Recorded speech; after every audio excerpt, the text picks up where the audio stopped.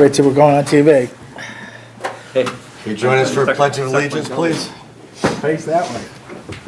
I pledge allegiance to the flag of the United States of America and to the republic for which it stands, one nation, under God, indivisible, with liberty and justice for all.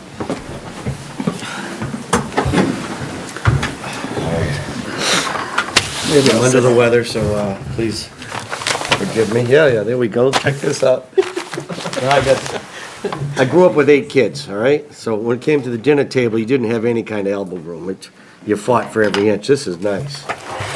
I should be sick more often. Is this passing down or just one and on? That's passing down. I got it. Yeah, thank you. So your first agenda item is the public hearing for the Alumni Field Project.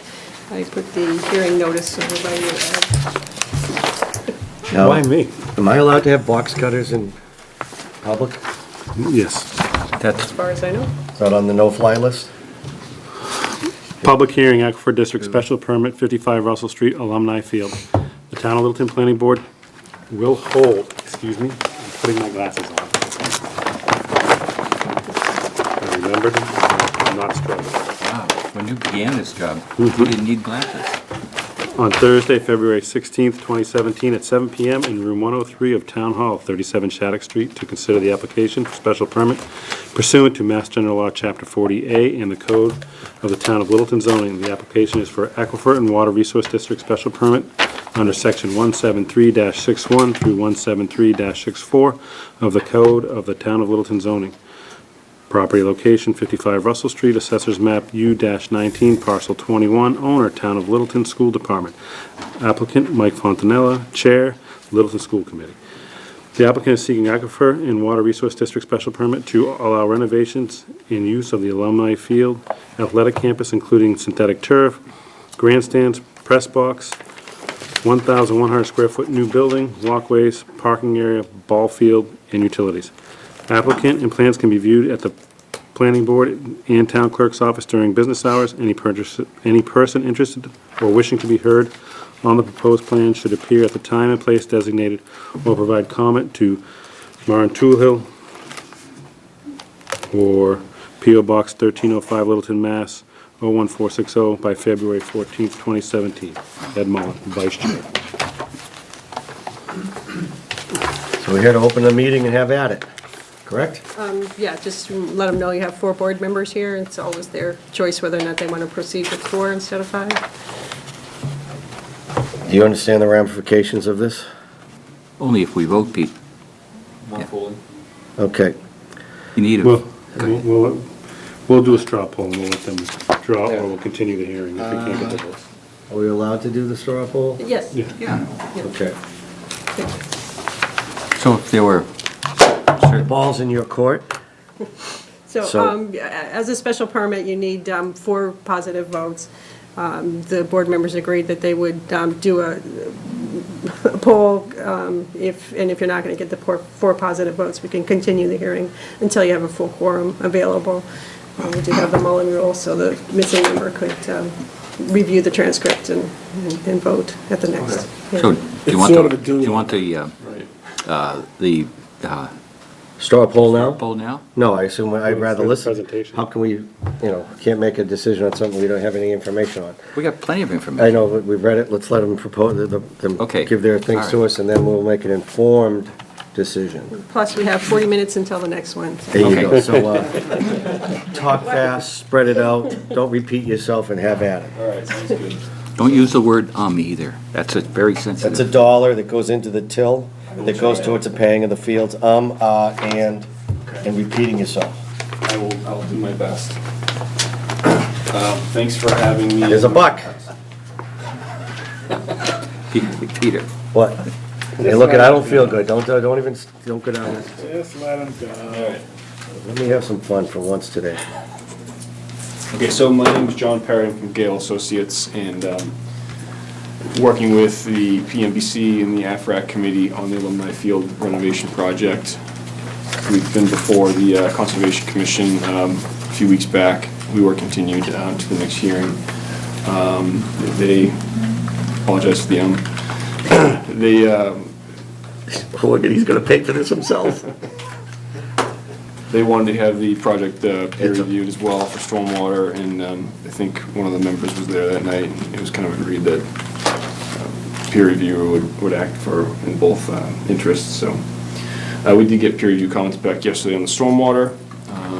I see the peer reviewer is here tonight, probably give a summary of that, but I did want to present the project to you all. Obviously, it was submitted, and I've seen some of your faces before at some of the AFRAC committee meetings or PMBC, so I assume some people are aware of this, but let me go through it. This is the aerial of the existing project site. The middle school is here, the Russell Street Elementary School is here. This is Alumni Field, this is Jet Field, the softball field. There are existing bleachers, existing concession stand, existing parking, all of which is going to be redone, completely demoed and redone as part of this project. We do propose to respect the playground area here so that we don't disturb that. This is a site plan of the proposed project.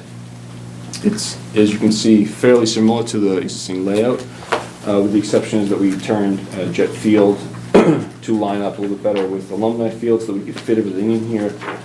Currently, the geometry of the fields are a little bit not quite adequate. In order to do that, we did have to shift down Alumni Field towards Russell Street School a little bit, which means that we're actually taking a little bit of that roadway, so we're realigning that roadway to straighten it out a little bit, and we're going to recreate that and recreate the parking along. Here's the baseball field here, and we did kind of go back and forth between, is that going to be parallel parking or should it be perpendicular parking, and we landed on, let's do perpendicular parking there because you get twice as many spaces, and it's an easier, backing in and backing out movement for everyone, so that's what we're doing there. We're also redoing the southern parking lot here. We're actually taking some impervious area away from that. We were able to take some away. We're modifying a little bit the traffic flow. Right now it's just you drive straight through and there's only parking here. We're proposing to have parking adjacent to the field, so it's a net increase of about 30 parking spaces. There's about 100 there now, if you include, there's usually buses that park there now, but if you look at just the striping, there's about 100 parking spaces there, and we're proposing, I believe it's 130 there and 24 on the side here.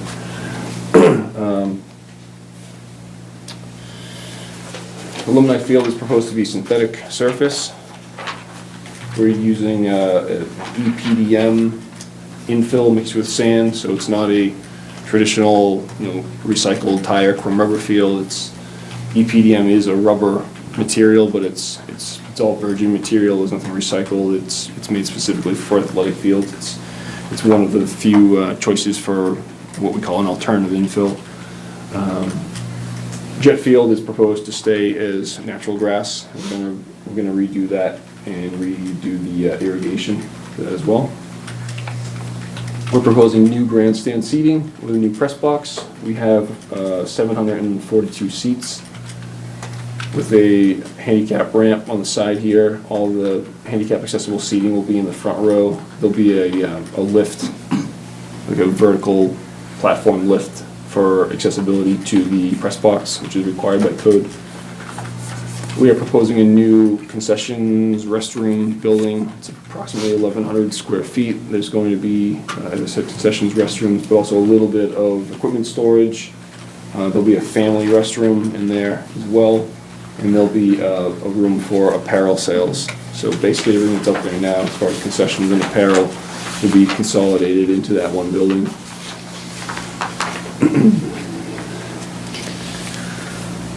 A quick question, this septic sewage would be tied into the existing buildings, correct? Yes. So the sewer from this building is proposed to come down here and tie into the sewer manhole adjacent to, there's a pump station here that takes sewer flow from Russell Street School and the middle school. I believe it takes sewer from the town hall that's behind this. Yes. Here. takes it from there, and it all pumps to the high school, and it goes to the high school's wastewater treatment system. And we've contacted Kevin Hunt at the water department and had a conversation with him about that. He's in agreement with that. He suggested we contact Martinage Engineering, who runs the treatment plant at the high school. We've dealt with them on similar projects before. And I had a conversation with Don Martinage about this last week. That's good. Yep. We've reached out to DEP as well, so we'll work through that with them. We are proposing kind of an entrance statement in the front here. We have another option also. I just wanted to go through what we could propose.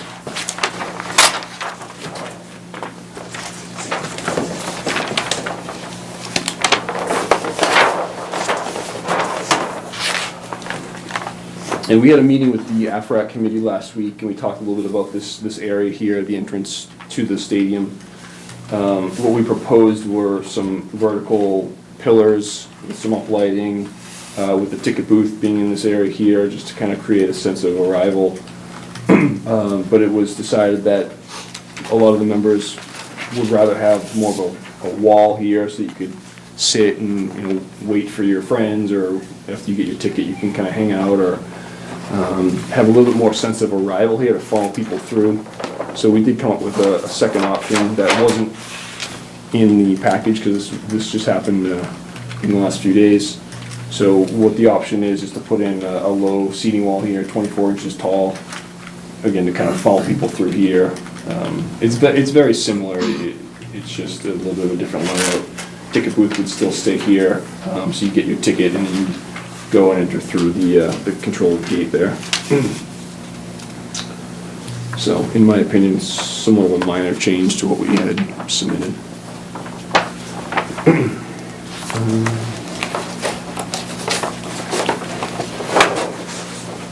As far as stormwater goes, we are proposing with a synthetic turf field. Typically what we do is we strip all the topsoil off, we build that back up with it's a crushed stone layer, but it's a very specific crushed stone. It's a little bit more densely graded.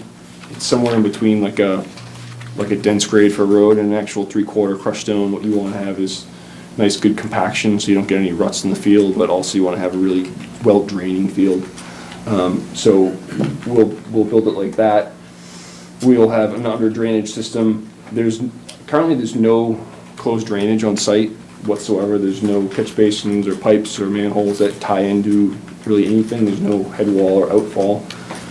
So we're kind of limited on what we can do there. Typically, if we had that option, we'd still build it the same way. We'd control it, we'd detain it, in 99% of it infiltrates anyhow, because it's a 2-acre infiltration basin essentially. But in a normal sense, we would typically tie it in and overflow anything. In this sense, in this case, we're just proposing to have everything stay kind of within the field. Is that because you never found any, or you never saw any? You remember when they built this? Yeah, okay. Scored the first touchdown. All right. So the fields, it's got a big crown on it, and it was, and they built the crown so the water would go to the edges, and they say the stones down the sides. Those stones were for the water to run down and get into those, and for some reason or other, I thought there were pipes coming out on this lower end at one point in time that would drain the field, is what I thought. I could be just something. We didn't find anything like that. Okay. Yeah, and But that's what those things on yeah, the side were. exactly. There's stone trenches there now. Everything just goes into those infiltration trenches, and from what we can tell, it just infiltrates. It just sits there and disperses out. Okay. Exactly.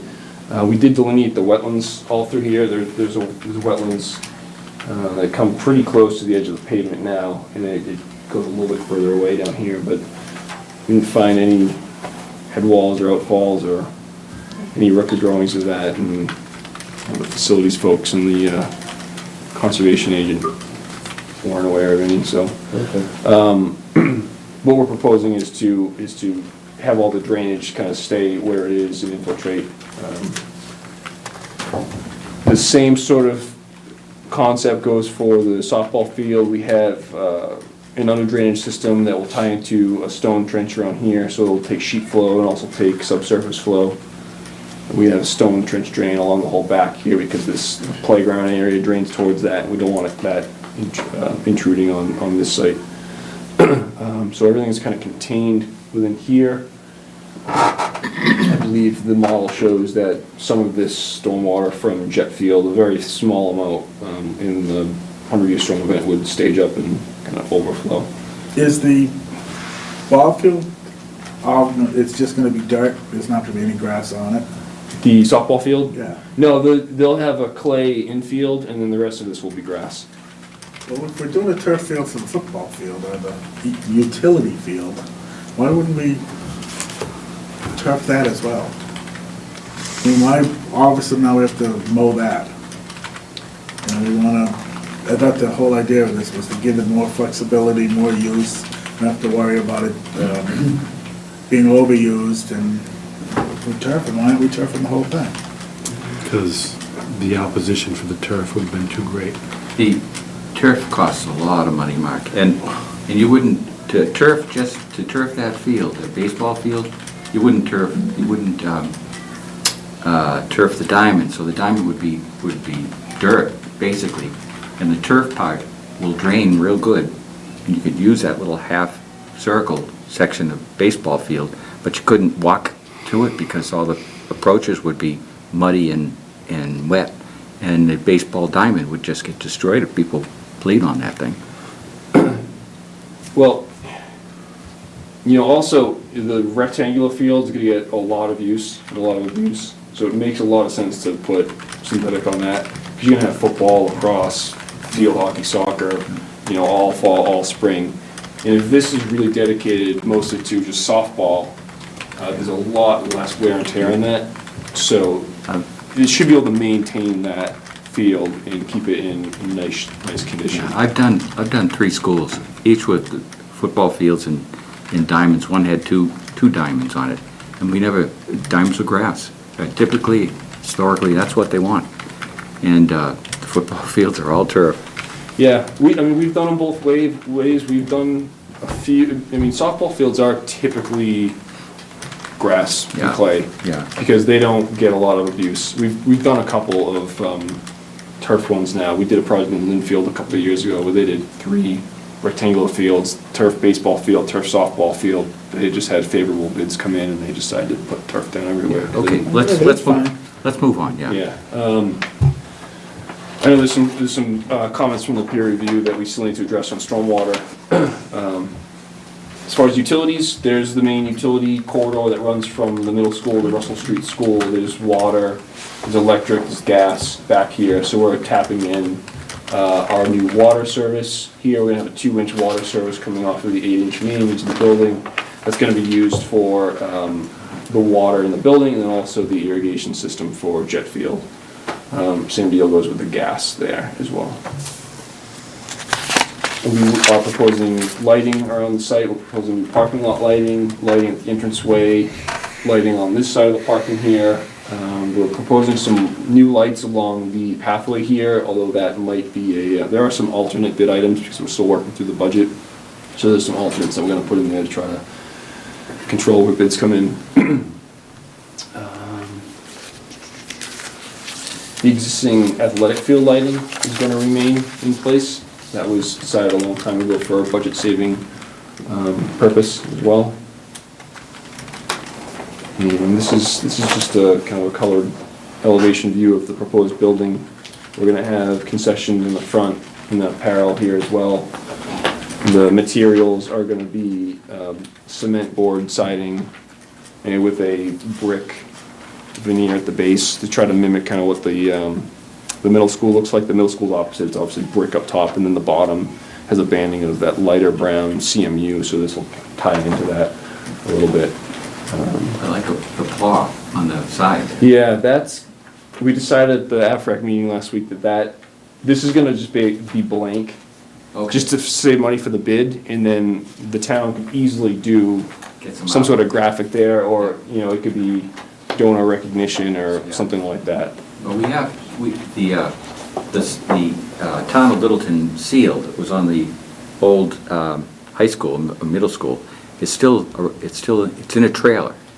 It's still there. We can plug That could that be- in there. Yeah, that could be an opportunity there. I think what we're gonna do on the ticket booth, which is here, more front and center, there's gonna be a coiling window on that, and we'll put a paw on the front of that. That's nice. So that'll be kind of nice.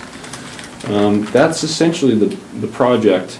I don't know if you want to ask questions now, give me comments, or turn over to, you guys want to do it? Go to peer review first, or anybody in the, nobody in? Mark? Any questions? You? Ed? Trees, could you go over the vegetation?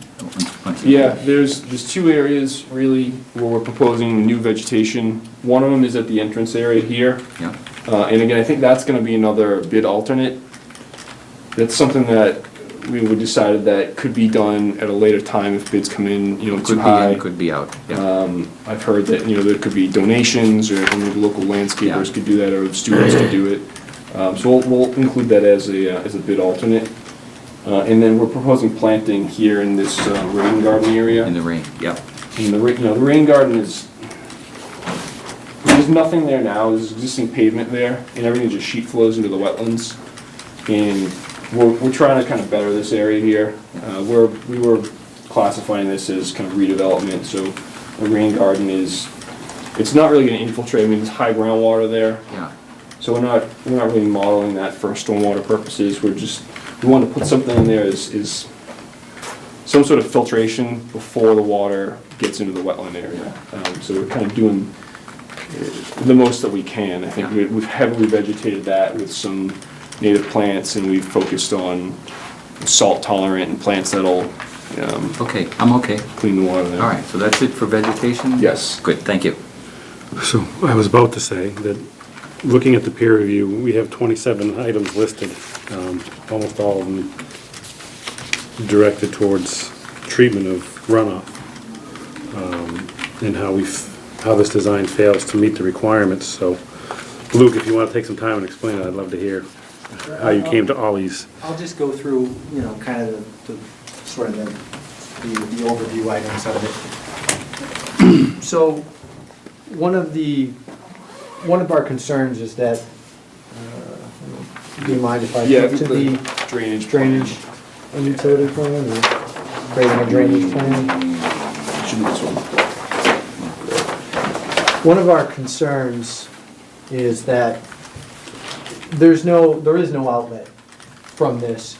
So you do have the risk that if it isn't infiltrating as it's anticipated, as it's designed, there's nowhere for that water to go. There's no emergency overflow outlet or anything like that. And so even if this is designed to completely infiltrate, it's probably a good idea to have an overflow. And if that's, and I can see that, their concern is that they don't want to create a new discharge point. But if it's an overflow and it's not expected to see any flow during, the up to the 100-year, like they have said they've designed it, then it's not really it's going to be an emergency overflow. One of the other things was the stormwater requirements require you to have test pits within the infiltration BMP. Right now, they have test pits around the site. There's one here, I believe, there's one here, but there's not really anything here, and I can understand, in the fall, when this field was being used, it's a little bit difficult for them to go in and, dig a big hole and, take a look at the soils and run a permeability test, but the fact is, until you do that in this area, you don't really necessarily know exactly where groundwater is. Where this wetland right here is not that far below the field itself, it indicates that you at least have the potential for groundwater to be pretty high in this area. And the requirements are that from the bottom of your infiltration, so the bottom of that stone layer, they need a minimum of 2 feet offset to that seasonal high groundwater. And kind of to piggyback on that, based on the details, the field slopes from slopes this way. And the stone below the field also slopes that way. So by the time you get here, the stone is a couple feet below the surface of the field, so putting you even closer to groundwater, and then you still need the extra 2 feet of offset. So those are just kind of the general concerns we have with that. There's got to be some further investigation and documentation to demonstrate that that's So not can I going to be an ask issue. you questions regarding what you're talking about? One, the overflow, the emergency overflow that should be there that would run to the recharge area, could that have a check valve on it? So that you wouldn't get the opposite effect if the high water in the wetlands area where it's gonna be dumped wouldn't flow back in? No, well, the idea is that the stone here has to be above groundwater here. So if ever you had a situation where groundwater was high enough over here that it would flow that way, then you definitely didn't have your 2 feet of offset. Okay. You know, should be 2 feet higher than this gets on a normal year. But we don't have that right now on this Right. design. Is it that the dimensions aren't there, or is it that the dimensions that are there do not show it higher? There's not adequate test pit information for me to feel confident that where they have the bottom of the stone under the field, it provides adequate offset to groundwater. Could the groundwater be that much different? Could it be that much different what? Than Than where the test here and pits are? here and Yeah. here? Yeah. I mean. But what are the test, what are the The- test the- pits whether you have them now? What is the offset now? The one over on the left-hand side, you said tested, what is it, how far down do you find water? I have the report here with me. It was, well, I want to say we had the 2 feet separation. It could be, it also, I gotta have to check the detail, but it could be that we have the base stone sloping at a greater percent than we have the top stone. And that might be a mistake, because oftentimes we'll have them sloped at the same percentage. So I'll have to check that, but And- we and- had fairly deep groundwater when we did the test pits. And actually, we got our geotech report back just last week. So we did, when we did the test pits was in like October. We did 5 or 6 of them out there. And then we did like 7 or 8 borings a couple of weeks ago. Yeah. So between when this was actually submitted to now, we got the results back. So I have some information to supplement that. Do you have that with you? I don't have it with me, but I can certainly get it to. When you saw that information come in, did that information corroborate the elevations that you needed to meet? Yeah, and actually, they put in a monitoring well here. Yeah? It's basically as close to the field as you could get. They did a few out here in the parking lot, and they found groundwater, and the closer you got to the wetland, they found groundwater pretty shallow, like 2 or 3 feet. Yeah. And then up in here, it was deeper, like 6 or 7 feet. So I looked at that, and was pretty So confident in our initial The results. final issue could be is that the elevation of their starting, again, water in the swamp, to the bottom of their start needs to be a 2-foot offset, basically.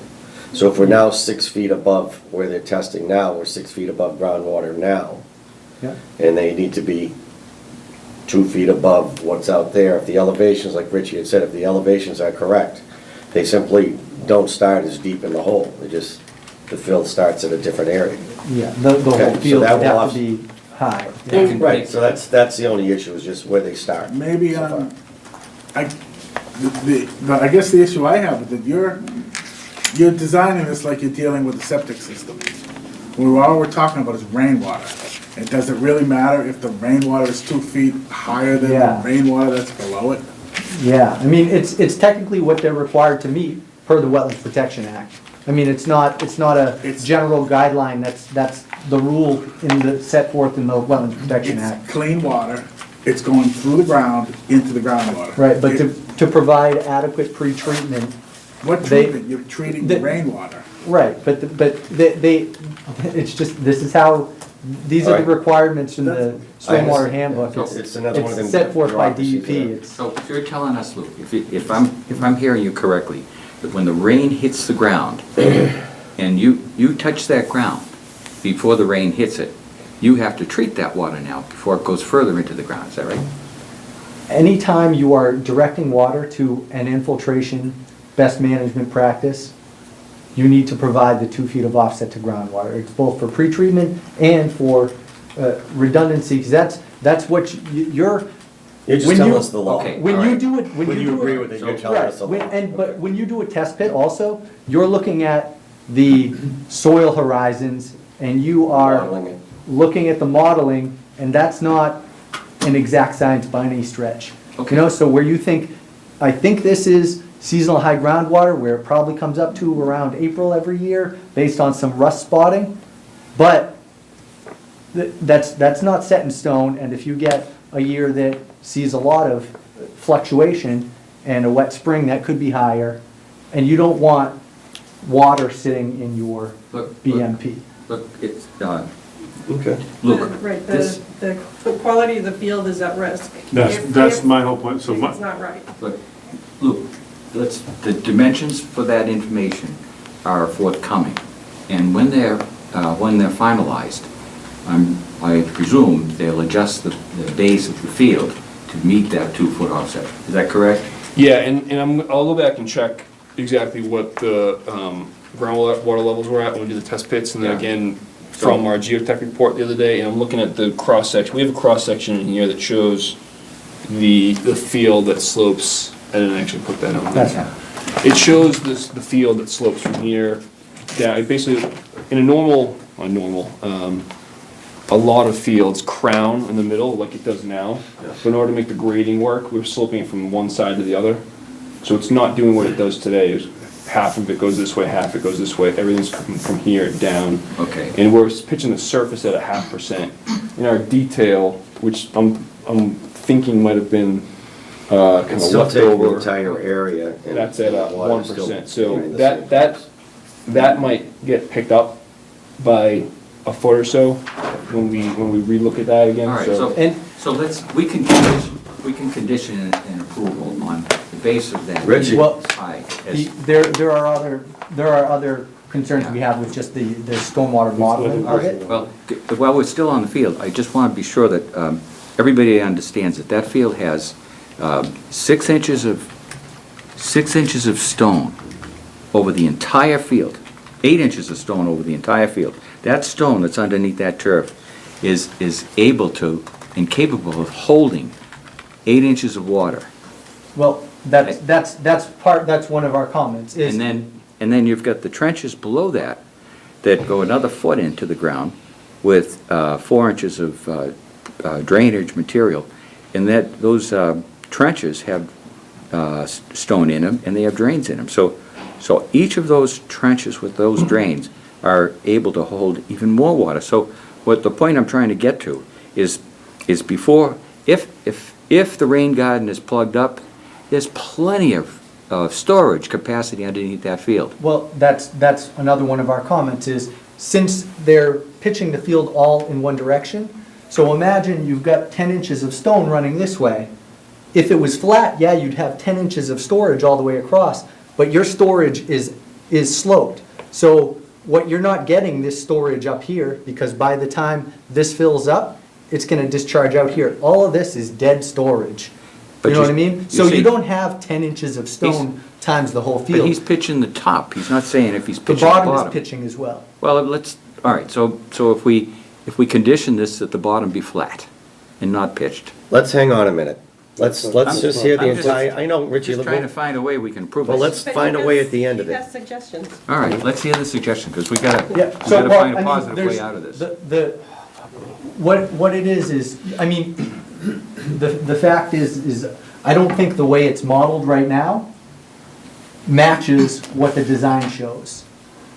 So, if they're going to either change the design, or if they're going to change the design, they need to change the model to reflect that, or they need to change the model to reflect the current design. But either way, the current design and the stormwater calcs, I don't think reflect a condition that will work. Yeah. in terms of compliance with the standards. Yeah, I went over all of your notes in your, and Let him get through all. 90%, it was either include calcs or show another detail, Well, it's revised or calcs. revise, yeah. So Revised it's, calcs it's not include just calcs. supplemental, it's, the calc that we have now requires revision to demonstrate compliance, because as it shows right now, as it's shown now, it doesn't. Okay, Can we go on? through, thank you. So that covered actually a few of those, that discussion. We did have, there was a claim about the entire parking area being redevelopment. It appears to me that by, again, it's by the letter of the definition of a redevelopment project under the stormwater standards, they would need to either provide supplemental documentation, but my initial look at it tells me that I don't think that it would apply as completely redevelopment, and that they wouldn't have to treat the stormwater from it. That's good, right? Well, depends So on we the. wouldn't have to retreat the hill, that you're saying it doesn't fall into that category? I'm saying if it was a redevelopment, they would be subject to less stringent rules. And that's what they're doing, correct? That's what they're saying. Okay. I'm looking at it, I don't believe, and I don't see the calcs, but I don't believe that they could claim that the entire thing is redevelopment. I think they would have to treat at least a portion of the paved area. That was actually the only, I think, question I had in the document was why wouldn't that So qualify just- as a redevelopment? Well, one, if you're going to claim redevelopment, you need to complete the redevelopment checklist in that volume, whatever, I put it in there, volume 2, chapter 3, or whatever, to demonstrate that it meets all the requirements, and one of which is, the first one is that it's not going to be an increase in impervious area. And just my initial look at this, it appeared that it would be an increase in impervious area, just flipping from existing conditions to this. And that, since that was kind of the first criteria, I looked at that and said, okay, I don't believe it is a decrease in impervious area, so I think it wouldn't apply. But they're taking pavement where the rain garden is and getting rid of it, putting a rain No, garden there. there's a rain garden, that rain garden is in an area where, There's some, this is the existing parking lot here. okay, so there's- that's. There's about a 10 or so foot swath of pavement. We Okay, are, and if that's the case, then they still need to document it by completing the checklist and whatever, and they can, but, you know, I'm flipping from sheet to sheet. It looked to me that there was an increase in impervious area in the parking area. Can I ask you, this is a town thing, it's a town-owned property right now, it's working the way it's worked for 40 years.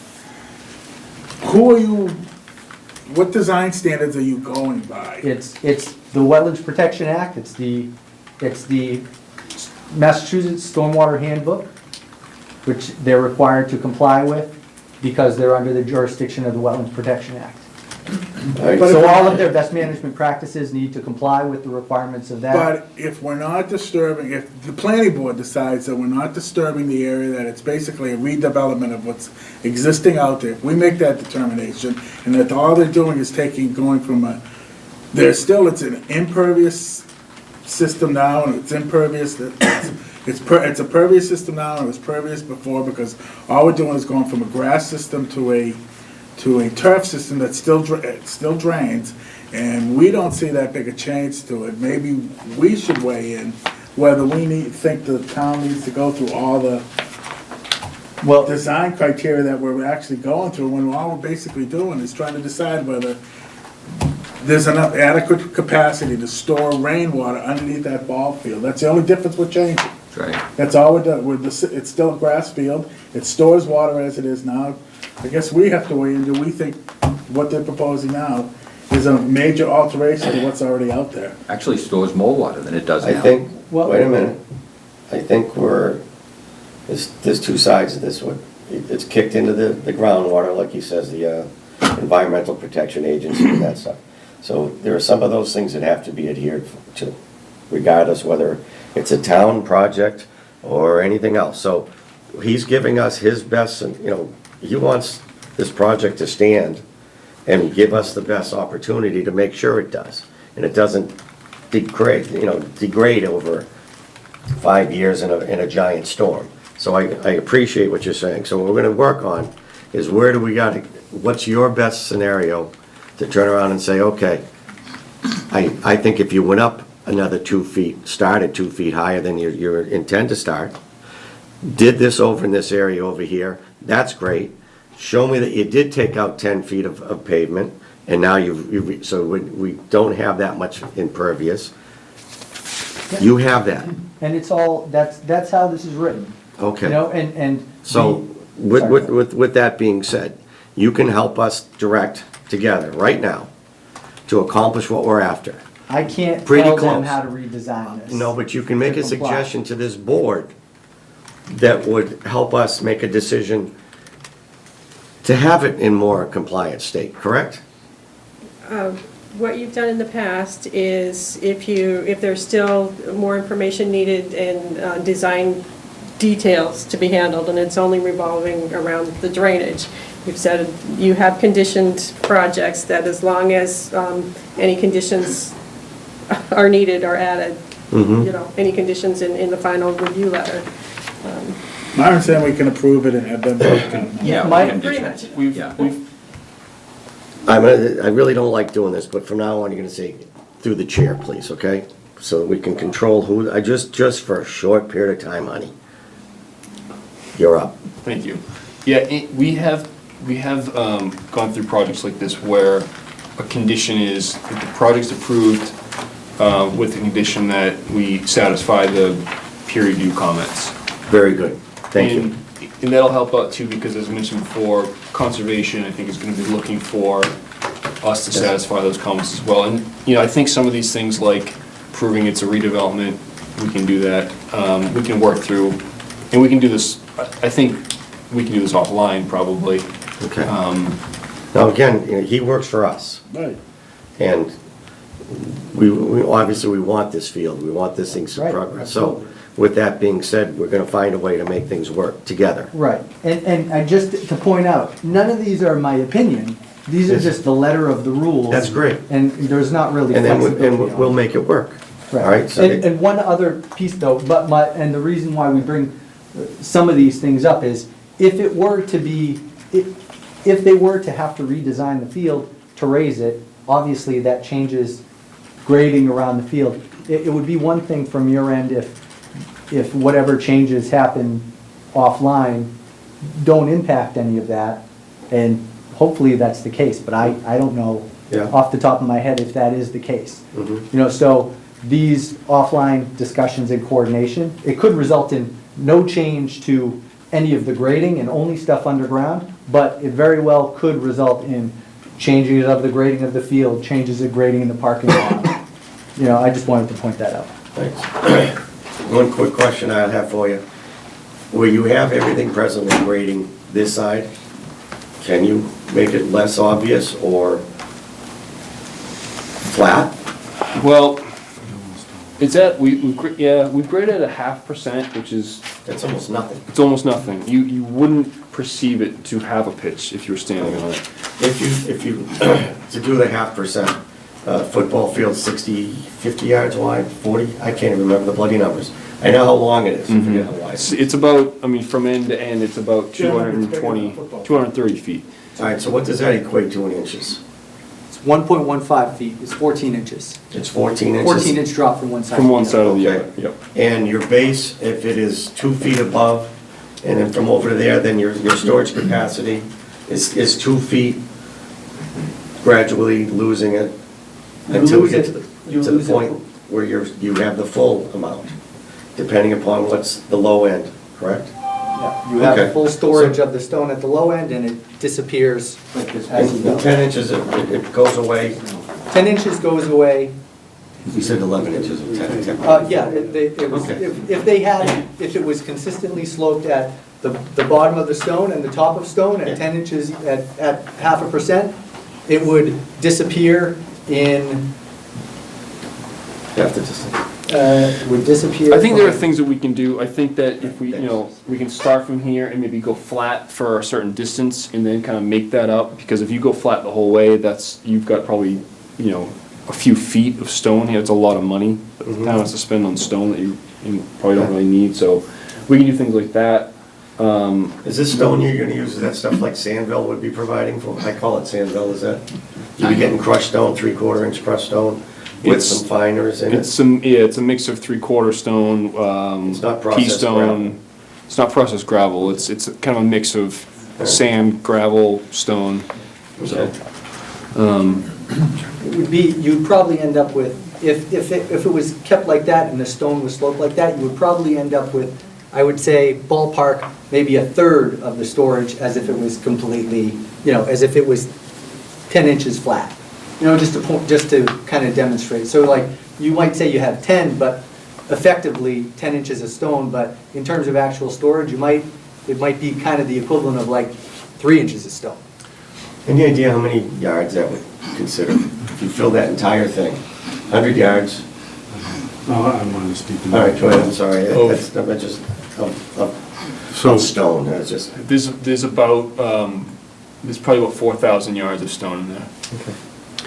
So a couple comments. I want to speak to both what Mark and Peter were saying. Yes, we want the field, but we also want our investment to last. So best practices, protecting the environment are important, protecting our water resource area are important. So let's make sure we get it right. And I'm okay to approve this with conditions, but I want to make sure we get it right.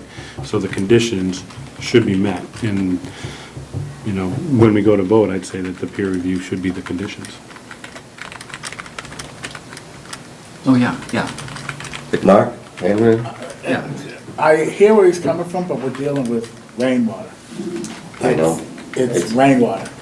100-year storm, we don't care about Right, this. so I'm okay with, the field design is the best, but we got a parking area. I get doing the best you can do with that site, But the parking area, it concerns me more than the field. but it's, So the parking area, if we're not protecting the water that's running off the parking area into the wetlands, where he's got the rain garden, so I want to make sure we meet the requirements that are established by Environmental Protection Agency, that we meet those requirements. I get that part. I'm So not- so we're talking about 30 inches as opposed to 36 inches for tree bases, talking about a 3-inch drop, all those things.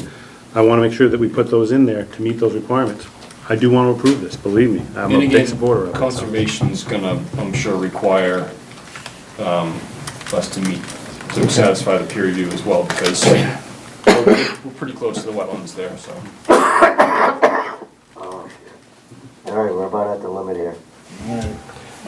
Richie, anything real quick, please? Anything or nothing? You good? You're good? All right, I'm good. so here's what, let's, If we meet this, I'm fine. I'm sorry, go ahead. Chase Gervig, 1 Oak Ridge Road, Conservation Commission. Yeah. One additional concern that the Conservation Commission raised when we first heard this was the definition of seasonal high groundwater at 6 to 8 feet below ground surface in the vicinity of the field. And the basis for that concern is that Beaver Brook itself is only about 4 feet to 5 feet below the elevation of the field. And given the infiltration depth that we need, that depth to seasonal high groundwater is very important, and making those determinations based on test pits taken in October following one of the driest years Massachusetts has seen in decades is a little bit challenging. And even still today, we have typically low groundwater. So as Luke said, the indications, the secondary indications of groundwater depth associated with modeling and soil characteristics, while useful, are not always definitive. So we had some concerns with that depth, and then the subsequent impacts on the elevation of the field going forward. But when they do a test pit, through the chair, Oh, now you want to go through the chair? could I? Sure, Rich. When they do a test pit, they can tell from, even though there's no groundwater at a certain elevation, they can tell that groundwater, if that soil experiences groundwater by the color of the soil. You see rust in certain layers of soil, and you won't see it in others. So, the technology's there to determine the proximity of where that groundwater is. And we have an engineer, regular civil engineer, a good civil engineer that can determine that. 1 second, please. Would you like to address that? Yep, yeah, I mean, and as I was saying earlier, you know, that is an interpretation of, it's not a cut and dry, here's a big orange band of rust. You know, I've done these a lot of times, and it's much more of an art than it is a science. Because you can have rust 2 feet down over there and 7 Sure. feet down over there. And it's that particular engineer's interpretation, or that particular soil evaluator's interpretation, which you For can the still spot. design off of, and it's still fine. But I just want to point out, it's Yeah. not super cut and dry all the time. And the other thing was, I lost it. I'll get back to you, real quick. I was going to make the same point. As a Alright. civil engineer myself, it Okay. is not cut and dry. All right, we're right at the point where we've run our gambit. Would anyone like to make a motion and put the stipulations we wish to Sorry, have? Mr. Chair. Go ahead. The last thing I wanted to point out is Came back I to you? don't, yeah, it came back to me. I don't believe that test pit information was provided in the stormwater report, correct me if I'm wrong. Should have been. I don't recall seeing it. Okay. If it was, I apologize, I may have missed it, but I don't recall seeing it. All right, I realize you got it and got it back to us quickly. I appreciate it. I'm glad you were here. I would make the motion to approve the alumni field site plan review with the condition that all of the comments from Green International be met. No, Does that do it? no. Yeah, there's 2 things we're looking at. We're looking at the Aquifer District Special Permit and Alumni Field Site Plan. So we gotta do, either encompass them both in one vote or make 2 votes on it, so. Are you ready to close the hearing? Yeah, I'd like to close the public hearing. Everyone good with that? Okay. I have a vote on that? Motion to close the public hearing. Why don't we approve the site plan as it is? The site plan is really, Right, that's what I we're not was gonna change anything, we're gonna leave the layout as it is, and then we can talk about the special permit. Maybe we approve the special permit subject to Green and the town coming to an understanding and an agreement, so that when they come before us, they're both on the same page. What do we need, do you need to progress? Because I know that there was something, the time was of the essence of something. I mean, what would make this progress to put you back on your schedule for August 15th completion? I think we just need approval. We need approval from this board, and I think the August 15th completion is a little short. Just for the record. What was that? Given the appeal period on the special permit, he really needs the decision now. And I guess we need flexibility on the entranceway, because that's a little bit up in the air. That's all within the existing structure of what we have going. I don't see a problem with that, do you? Okay. All right, From a so, site plan standpoint, I don't think we have a problem at all. From a special permit problem, as long as you two can work it out, Yep. I think the board's gonna defer to you two to do the best you can to make this. Protect our situation work. investment. Sure. okay, with that being Make a said, motion that we approve the Alumni Field site plan as it is drawn with flexibility to the entranceway. That'll be one motion. I'll second that. all right, I have a motion, I have a second, all those in favor? Aye. I'd then like to make a motion that we approve the Aquifer District Special Permit with regards to conditions stated in the outline provided by Green International be worked out with the applicant and when the agreement's made. Let's see, and I had drafted a decision for your use, it was in your meeting packet. It had a few of the standard conditions, usually add the note that if the water department should see the need for groundwater monitoring wells, they'll work with the applicant on when and if those should be installed.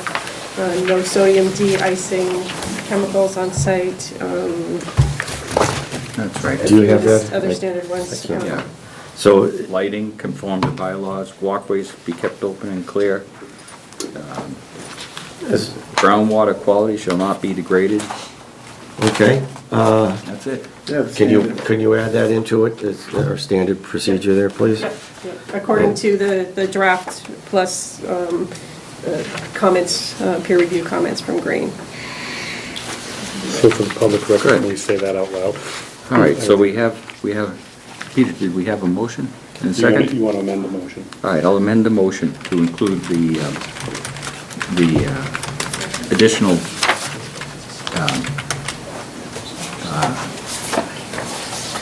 Ed?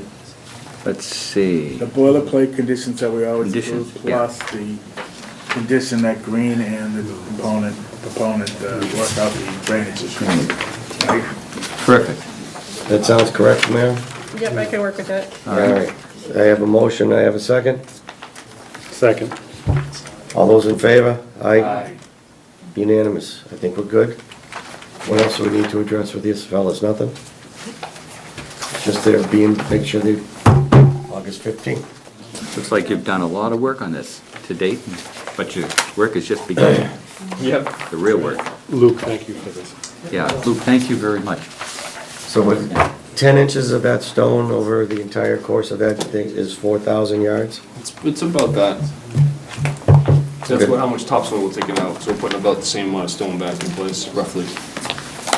About 4,000 And then the yards. topsoil is going someplace good? They should sell it. Sell it to the residents, everyone can buy a foot of the old field. I think the town's keeping it, right? Can I Yeah, have the one about the Yeah. 35-yard line? I lost some ligaments there. I'd like that back. you lost the what? All the ligaments in my left knee on the 35-yard line. So I'd You like did? to have them back. If you find them, just in the digging. I'll keep an eye out. All right. You might wanna do a little housekeeping right now. Board business. Not board business, I mean housekeeping about what we can and can't do later on. We can't open super farm, might as well tell them to Oh. sit and wait. With me not being able to hear your, we're missing a fourth, so you won't have a quorum. We have to continue. We'll have to continue it again. It just happened just now? I only learned, I'm surprised I'm here. And the only reason why I came is For that. for this and what I apologize. I did not know that she was not gonna be here tonight. Maren, were you informed at any point in time? I got a message that said she wouldn't be here on the 18th, and I was trying to, yeah, it's the 16th. So, I flew up from Florida to be here. You didn't see that? I'm going back down tomorrow, no. so I'm the question is going to be when you want to continue to. Because of Richard. Well, You're not gonna be. Well, here the listen, you know, second, right? this, we're in a position here where, I think the town's getting to be in a tough position. That if, this doesn't progress in a timely manner, You recuse It's gonna, yourself anyway. it's gonna be down the yeah, I drain. mean, I can't, I have nothing to So- say for or against it, Is there any, but as any action we can take tonight? Did the middle of my sentence get in the way of the beginning of yours? I wasn't sure. I thought you were through, Pete. Well, because, Richard, there's nothing we can do, we don't have a quorum, we can't open it. We can open to continue. right. But now. I'll make a Richard- motion that we open to continue. Yeah, gotta at just- 8, Yeah, but when are we Yeah. gonna continue it to? Why don't we have that discussion right now? yeah, we can talk scheduling. Oh, Okay. At 8:15, we can open and continue. can we, Can we do some board business, like, Signing. You weren't here for us then. can we continue to next week? I want a special meeting. Yeah, can we, Well, that's what this was. we're- look, can we, Not for us, it's not. can we where do meet we on, stand, Mary? can we meet on the 23rd, next Thursday? Or can we meet, I can meet on the 23rd? Can you meet sooner than that? yeah, can we meet on the 20th, Monday? Can we meet tomorrow? Monday's a Oh, holiday, we I can't do cannot. that. How about Tuesday? No, we have to, We have to post. have to post. Jesus. All right, Post so it. it's either, Earliest could be the 22nd. can we meet the 22nd? I'm good for the 22nd, What's that, a Wednesday? Wednesday.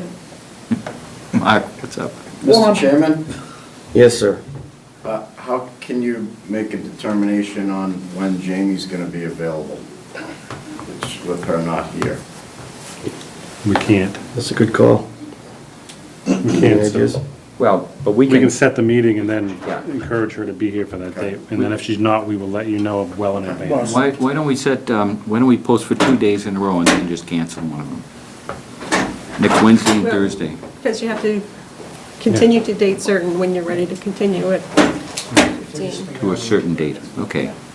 I'll stay for the 22nd. All right, the 22nd. Let's check the town calendar, see if there's any ag meeting that night. I don't have a quorum.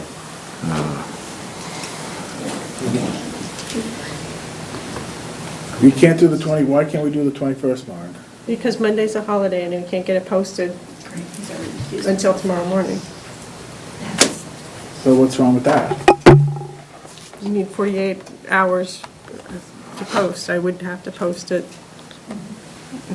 Tomorrow? It would have to be posted Friday. What is in town calendar? Okay, if you post it Friday, why don't you have 48 hours? Because you can't count weekends and holidays. So you have 24, Monday doesn't count. So what does Wednesday do for you? You can do it. Makes me stick around an extra day or two. I'll stay for it, but, I don't have to be here for it, correct? I hey, you can't want be to here go for it. for me? Yeah, I'll go for it I for got you. tickets, you want it, you want a ticket? The only thing listed is historical commission meeting. Got any clubs on? That's it? I get help comes there. And how about Thursday? Nothing listed. All right. No, Kids let's do vacation. Wednesday. All right. It's a kid's vacation next week, right? Good God. Okay. I could call, let me call Jamie. See if she can come. Give me a second. She's up north Somerset. Claire?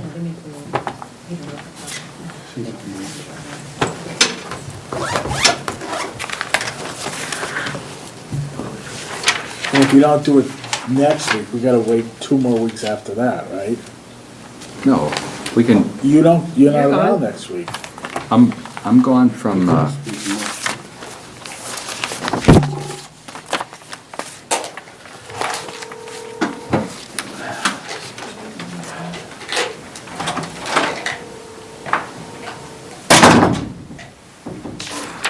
gone from the 28th to the 7th. So I could do the 27th.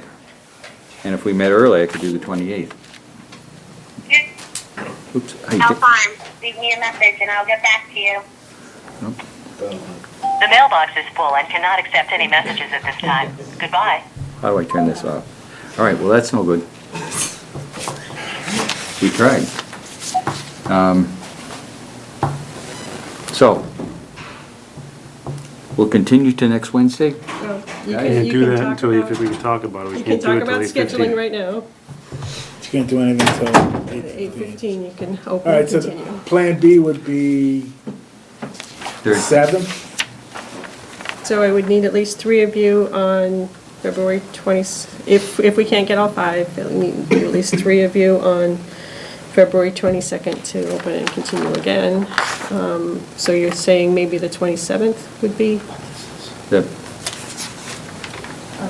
We're in front Yeah. of the Conservation Commission on the 27th. Do you know what time? No, it hasn't been posted yet. Okay, so I could work with Amy on maybe coordinating a good time. Yeah, so 27th would work with me, Or Or the that 7th, was the right? fallback, so or the the 7th. 22nd? 8th, actually, the 8th. We're flying back on the 7th. The 8th is a what, is that a Thursday? It's a It's a Wednesday. Wednesday. We request the 22nd if the board's available. 10 minutes, we can make that motion. 10 minutes, what? Oh, because of your time? Why don't we do board business? For what? Let's see, one thing I just handed out to you was the distribution center circle. The gentleman that was hoping to have this discussion with you had a family emergency, so he had sent that information to me.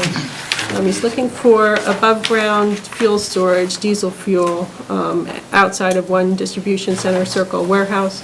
Said it's for fueling their fleet of vehicles they lease from Ryder or somebody like that, and right now to refuel, they have to go to Quincy, and they don't just refuel, they refuel and check the vehicles at that point, and he's hoping to avoid that hour delay for every vehicle every time they refuel, to be able to do that here instead.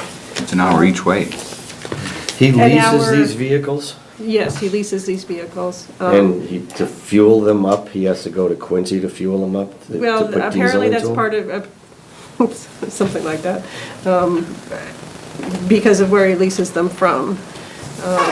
Anyway, that, he can explain that part to you, but I had never gotten a request before for storage of, 1 to 2,000 gallons of diesel fuel in the Water Resource District.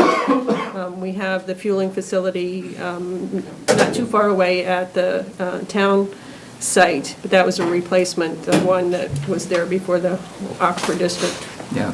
bylaw was put in place. Question, and this is not an application yet, I just, It's an informal discussion, to get your feedback on what you would need to see and I need to application. understand the issue of fueling a truck in Quincy or fueling a truck in our water resource district, Yeah, okay. so I think he should be here. Okay, for the I'll ask him discussion. Let, for you know, further details. we're not gonna prove anything tonight, this is just a discussion, right? Right, it's kind of for me to understand what your issues are, and, So if this, I see the example of his refueling station, and the only thing, if it's double wall tank, I'm okay with that, up on a pad, on a Where's the key? concrete, Where's the key? concrete all around with the right kind of, Jump right over there, just to let you in.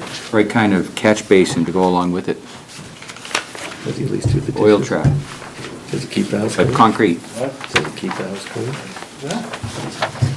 What's this one? All right, we're done with this. I guess the real issue is, do we want to allow people to have storage, to refill their I don't, equipment? You know- I don't see the goddamn reason for the bloody thing to be there. Why did, it takes diesel fuel, it can get diesel at any place. Why, he's buying it at a cheaper That's why I rate? said he should be here to Yeah, explain. so to us. let's, okay, I'll ask him to come in Yeah, yeah, and have have him. that discussion. You guys don't want to even see it there, but I don't see any reason why, because if it's got the right protections. well, If it has the right protections, at the same time, let's have an explanation of why he wants to put it in our water resource area. It's a reasonable question. Yep. I agree with you, I think he has the right protection, it's just an idea, this is Okay. what we want. Public hearing, where are we now? Yeah. Okay, 307 8 Harwood o'clock.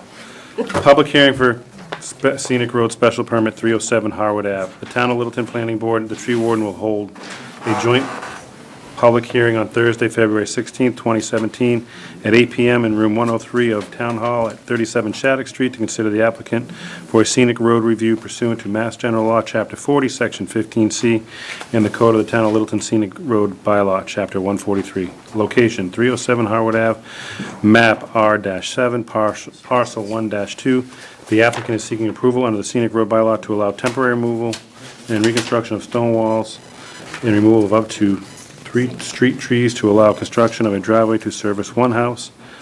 Application and plans can be viewed at the planning board and town clerk's office during these business hours. Any person interested or wishing to be heard on the proposed plan should appear at the time and place designated. Written comments may be provided via email to Maren Toolhill prior to February 16th. A couple things before we start. On the public hearing notice, I had to kind of guess at the number of street trees because we hadn't communicated yet about whether any trees had been removed and whether there were any trees to post. Tree warden went out to post, or to check on that, and there were no trees to post, so Jim didn't feel the need to come tonight. And the owner says that he hadn't removed any trees from that site. So it was, I guess, my error that we had included trees in that discussion. All right. What is this property near on Harwood? Harwood's the one that goes up to the depot and you take a left, correct? If you Before look the in the lower right, there's a little a tiny little plan that shows you the location. It's Glavy. Yeah, it's Oh. right next to- it's part of the Glavy property. Oh, okay, across from the Held's house. That's how I know what places are. All right. And this is the one where you actually don't have frontage on Harwood Ave, correct? Because- Frontage. Because Harwood, The frontage originally we were told was on the Hadawan, but recently they changed the address to Harwood. who's they? The town. Huh? The town. Engineering? When we came through your board for the A&R plan, we were given the address of 195 to Hadawan. Recently, 3 months ago, the engineering department changed it to 307 Harwood Ave. Okay. So it's right at the beginning of Tehadawon and Harwood. Right. All right. And from what I recall, isn't the real road like 20 feet off of Harwood Road? It's not that far. Are you asking me if the property line comes in? Yeah, that this, from what I, The property line doesn't come quite 20 feet. It's shown on the plan. It's showing existing edge of pavement. Right. It's, this was the far end of the field where they had a farm dump, and all the rocks from all the fields were put into this corner and stacked. Have fun digging. I did. So we stacked all the rocks that we pulled out for the driveway on the side so that we could use them to reconstitute the wall once the driveway's installed, the water and utilities are installed. I've driven by this site quite a bit. You know, we proposed putting a couple street trees in. The trees, the mature trees don't begin for about another 50 feet further down. if you stand in the crotch of that, of where Tehadawon and Harvard meet, and you look right down there, you can see that there's a pathway where you say those larger trees are. Yes, That's where the real road is supposed to be, correct? And they simply moved the road over? correct. I think So all- now you, what you're looking for out of us is to basically grant you an extra 20-something feet of land that isn't ours to give you. No, I'm not asking you to give me anything. He's I'm just asking he's you got his to property grant a line driveway right permit so I can get my building permit and build my house. there. He's going across town land here, and this is where his driveway starts, but he needs access to the stone wall. He's gonna reconstitute the stone wall and plant these trees. Correct. But he's not taking any land, he's showing the edge of pavement here and his property here. We're not taking any land. And you're gonna rebuild the edges of the stone wall. We are.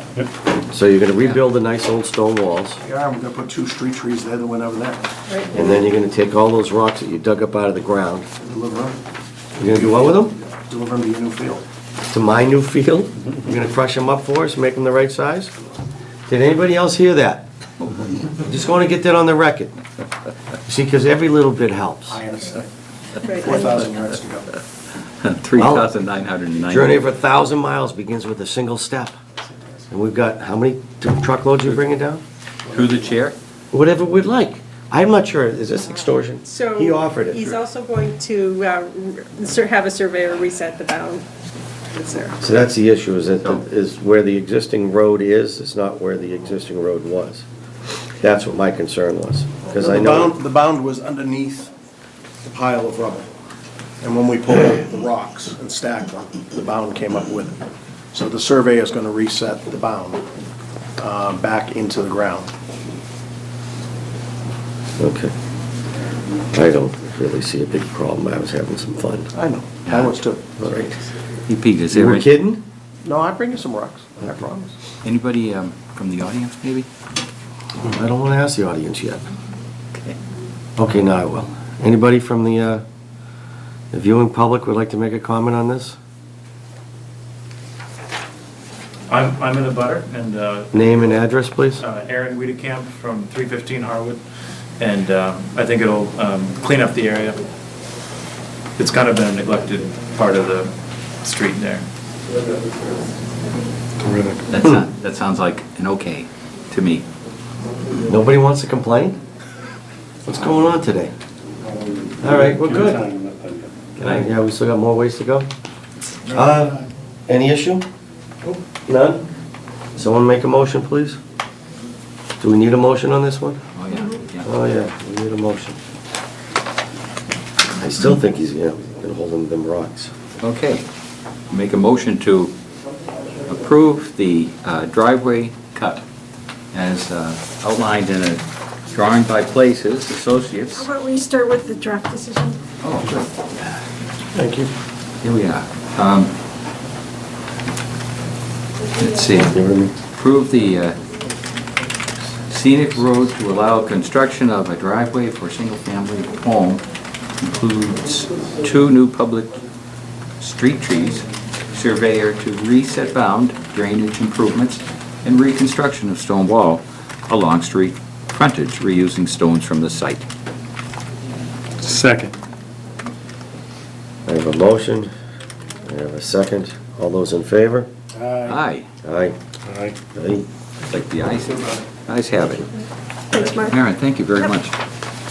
Where's Seal Harbor from? Where's Seal Harbor from? We're in One Nagog Place in Acton.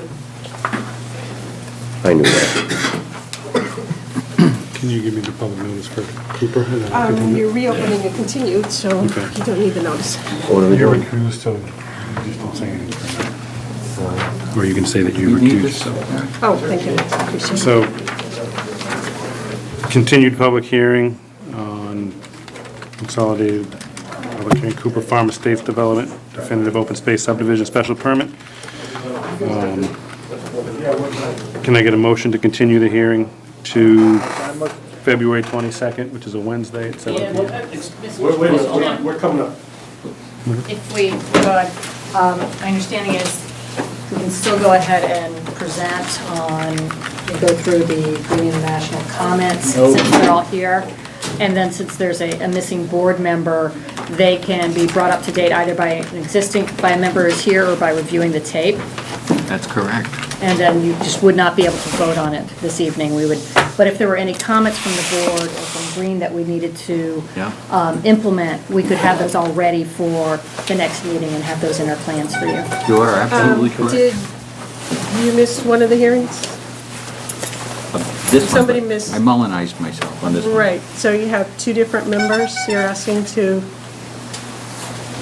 go through the Mullen process? So I Mullinized, so I thought we couldn't do it It if talks it's a about- special permit. We have to have 4 people there.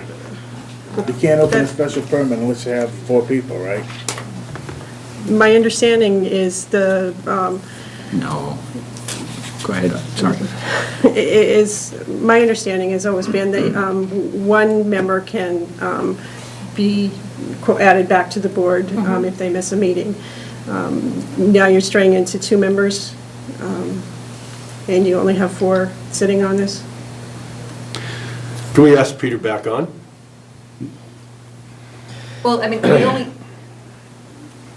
so we're missing Jamie, that's our only, You're missing Peter, too, because he's recused himself. but Peter, we can't get back in. It's only a matter of, for every hearing, we'll need to have the remainder of the board.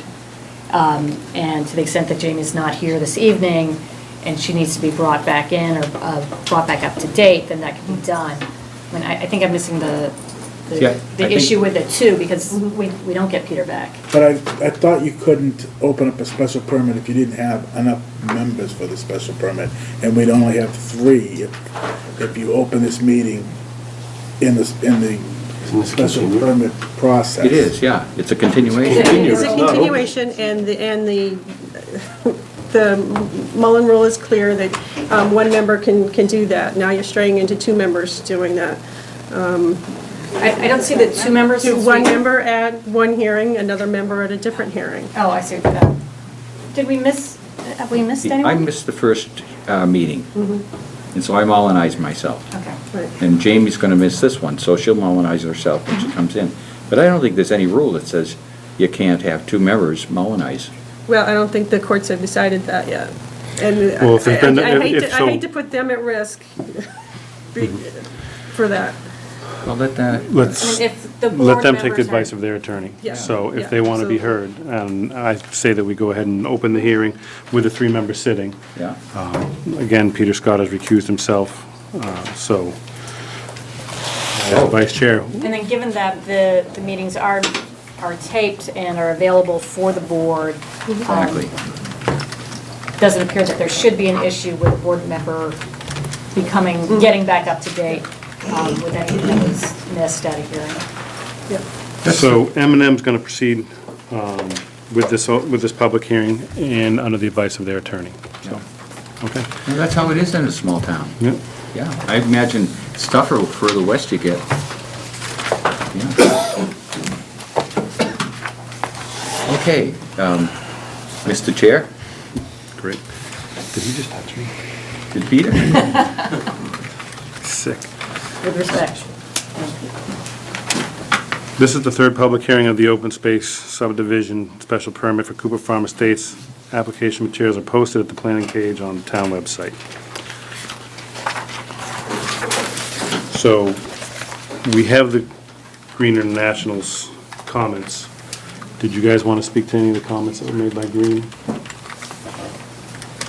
Do you want to have Green go over them, the highlights? Did you want to speak to any issues first before we ask Luke to speak? Do you want to invite Luke up, or do you have anything you Yeah, want to say first? I'd like to have Luke come up and give us the abridged edition, which one he feels The Reader's Digest. the toughest to deal with, because from what I read, I don't see anything here that we couldn't do the same as we just did, approve with conditions. You know that you meet the conditions, that's all. Luke? Luke Boucher, Green International. Luke, if you want to sit down for this one, you're welcome to. Well, I'm gonna try to make this relatively brief. I don't think anyone wants me to go through all the comments, so people can get out of here at a Yeah, reasonable. no, the most, ones that come to the Yeah, most. I mean, I'd prefer to even just be kind of general. I mean, we met with Jonathan Markey and Ian Rubin the other day with Maren, and went through the comments that they requested clarification on, or that they had potential, took exception to. You know, so we kind of hashed out all of the ones that, and correct me if I'm wrong, JJ, but, you know, that they, my understanding is that the ones that we didn't already go through, there wasn't really discussion warranted on those. No. We had, a lot of this was stormwater related. You know, test pits and, oh yeah, and there was a concern about this portion of the wetland, if you want to kind of, that portion of the wetland there where runoff currently flows, sheet flows through the area, and, yep, right through there, and hits that piece of wetland. The way that the road is configured and the lots are configured, stormwater would be essentially, would no longer see that area, and so there's potential that, you know, so it's a little bit of a balancing act with these wetlands. You don't want to send more water there than there is under the existing conditions, but you don't want to completely remove all all flow from there either, because you don't want to dry out the wetland. So the Conservation Commission had identified that area as a potential concern, and so through our discussions with Markey and Rubin, they have preliminarily developed a solution to that, where they will capture some runoff on the north side of the road, and they will pipe it across so it'll discharge, and it will, and the idea is that it will approximate, or at least it will bring some water back there, you know, where that's not, to try to prevent that from drying out. You know, there are some other concerns we had with just the design of some of the infiltration basins, and essentially a lot of it is just compliance with those same regs that I was talking about in the alumni field. It's the stormwater management, it's the Massachusetts Stormwater Handbook, which they're required to comply with through the Wetlands Protection Act as they're working in the buffer. So a lot of that is redesign of the basins. There were some some roadway-related changes. Those were, there were some, we had requested some profile changes to try to ensure that sidewalks could be constructed in compliance with ADA requirements, maximum running slope. But those were, those are, profile changes to the roadway, relatively minor. I'm trying to think of, I didn't flag the specific ones that. So, that we should- with all the comments that were made in the peer review, and with your meeting with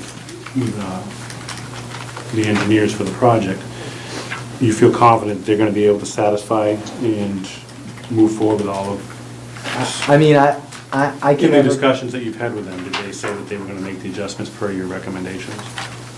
my understanding is that they would. I mean, they could speak to that better than I could, but my understanding is that they were in general agreement with the majority of these comments, and that the only ones we kind of reviewed were the ones that we needed to clarify what our intent was, or if they had a disagreement with it, and I think we more or less have hashed out those.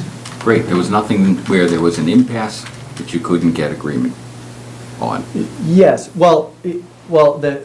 just to clarify, that's agreement on the comment, not agreement on a solution to the comment. So I'm hesitant to say, oh yeah, everything's gonna be fine, because it's not, I can't predict whether or not their revised calcs will be able to meet certain Right. requirements. I'm hesitant to say, yeah, it looks like they'll be fine. No, Because there will be changes to the basins. My question was more to a comment from you that they said that they wouldn't entertain. The applicants displayed a Yeah. willingness to make. Oh, It seems like, on every comment that you had, it seems like there was a pathway to resolution I believe between so. you and them. That's my question. Good. I'm good. I have one question about one of your comments, it's about the 750-foot roadway. That's gonna be my next comment. Yep. Yeah, and I apologize for not flagging these ahead of time, but yeah, that was, I mean, there were a number of these that, I should clarify, that do require, that we did recommend that the board weigh in on. So at least we should probably flip through those, and Okay. that was one of them. Go ahead.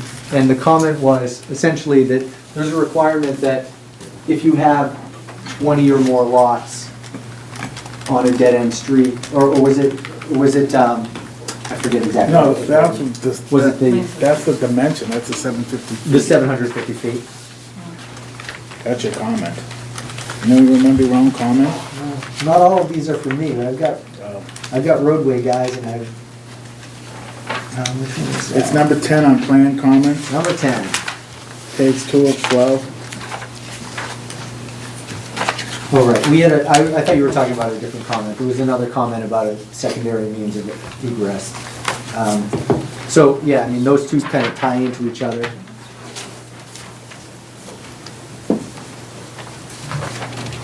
So that one we actually phrased as it shouldn't be longer than 750 feet. If the board would like to consider that, we can rephrase that comment to defer to the board for a determination on that item. You wanted to make a comment to that? Yes, so, Can you just state who you are for the record? Jonathan Markey, Markey and Rubin. Thank you. So, not that I really want to file this under a loophole, but technically what we have filed for Dean Lane is that is a residential shared driveway special permit. It's not a road. So this portion right here, although it is serving these communities, this is a shared residential driveway. It occurs at the end of the cul-de-sac. So it's on its own piece. It's not a right-of-way. It's, by definition, under what we filed for the over 55, it's a shared residential driveway. Do all those lots have frontage on the cul-de-sac? All of these houses sit on one lot that has frontage on the cul-de-sac. go on one lot? Yes. What's the distance between Cooper Farm and what's that distance? Sorry, I don't mean to Sorry. hijack the discussion, I was just curious. I don't remember the stations. So you had a. 72920. Okay, so that's less than. Does that mean it's less than the 750? Yes. Oh, then we're not even, this comment goes away then. Wait a sec, you can't have 20 houses on the line? There's no requirement for separate frontage for the 55 and over. You can't have all on one lot. Yes, under our bylaws we can. Yes, under the bylaw you can. That's how the That's- over 55 works. They're sort of set up like a condo situation. That was my read of that, yeah. The over 55 With the- bylaw is very generous in terms of trying to accommodate housing for over 55. With a separate homeowners association. Yeah. But you can't, It's- you have to have individual, they have to be on their own lots. No, Not- all of the units are on one lot. That's how you get your density, which calculates the number of affordable and low income under the bylaw. That was my read on that bylaw. I don't think There's so. no other way to read the bylaw. Yeah. That is what the bylaw says. You're allowed a density of 4 per acre. Yeah, Yeah. When you donate a certain percentage of that towards low income Right. and affordable. They sit on the same lot. There's no discrimination in there that says that each house has to be on a separate lot. I There isn't, Mark. I don't think that's the way we did it. We did do that at But we you met. you may have not have done it, but that's You know what? the way it is. We're not gonna be voting on this, you're not gonna be No. voting on this tonight anyway, so. I think we need to get an interpretation of that. I don't remember it that way, and Look, just because you've done it a different way I before, think we need town All right, you'll get council us to an weigh in on interpretation. that I'd one. be happy to. Thank you. yeah. Before we go any further with that. Okay, All right.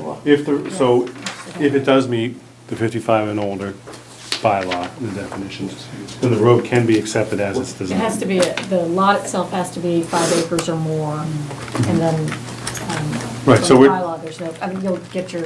We have a member that asked for clarification from town council, so we'll seek it. We can't vote tonight anyway. No, we're not ready to anyway. We can't, there's only 3 of us. But what I've seen so far looks good. That was my only concern, to see it now. So, anybody want to talk about any of the waiver requests? Any of the conditions, yeah. So, well, before I mean, if there were some items prior to the waiver Yeah. request that, just to make sure we don't miss them. This is sort of somewhat related, and this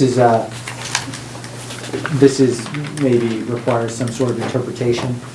Comment 17, it's similar in that it says essentially that you shouldn't, if you have more than 20 or more lots, that you should have a secondary means of egress.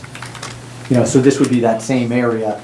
We just would like, confirmation that you're in agreement that this does not constitute the, 20 lots and wouldn't need a secondary egress. Because there's obviously, if you count each one of those over 55 as, even though they're not technically on a lot, if, the spirit of the rule would be that, residences, then they're clearly way over the 20. But if it's your determination that lots are lots and this is a one lot and that they're okay, then, we just Yeah, want we to bring need, that up. we need more housing. So, beyond we need more housing, it would be my understanding that is one lot, and so Okay. my opinion would be that they don't need this 2 means. Okay. That also being said, the road the shared driveway does loop around Yep. back to a Well, road, so Yeah. they have Right. 2 means of egress here, they have 2 means of egress to a main road here, so. Right, well, I mean, if something happened down at the intersection, you have more than 20 lots you have more than 20 structures with nowhere to go, no way out. That was the idea. Whether they could get back to the main road doesn't mean they could get out. So. But we have to look at the Yeah. site, where it's located, what's Sure, in and the that's why neighborhood. we deferred to the board, This- we just wanted to point out, because it says 20 lots, and technically, No. this is less than 20 lots, but it's more than 20 buildings and residences, so we wanted to point it out as something that we would like. you If guys- it's located next to a chemical plant or an oil refinery, yeah, I'd say maybe we ought to probably think of something else. I mean, So I mean, if you couch it as a fire safety emergency access, just weigh in from the fire department with that. I don't need an You opinion don't from need the that? fire department, but if you'd like one, I'll request it. I'm not, I'm good with this. Yeah, I'll let the fire department, they're the ones that have the service. If you would like to have a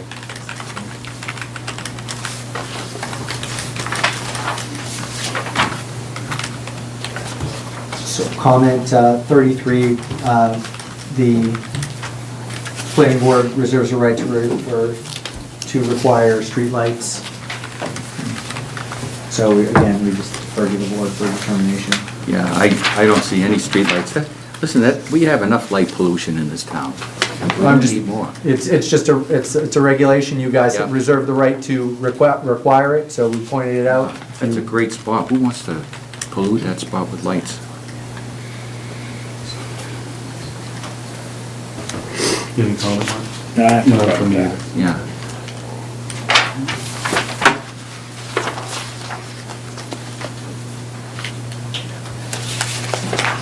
And then as we discussed, there are, a bunch of stormwater related items. And then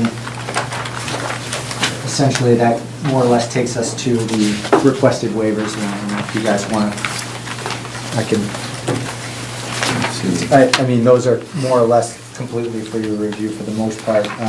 I'll just have a seat and I'll chime in if you feel like you want to, Luke, thank you. want me to say anything Yeah. else.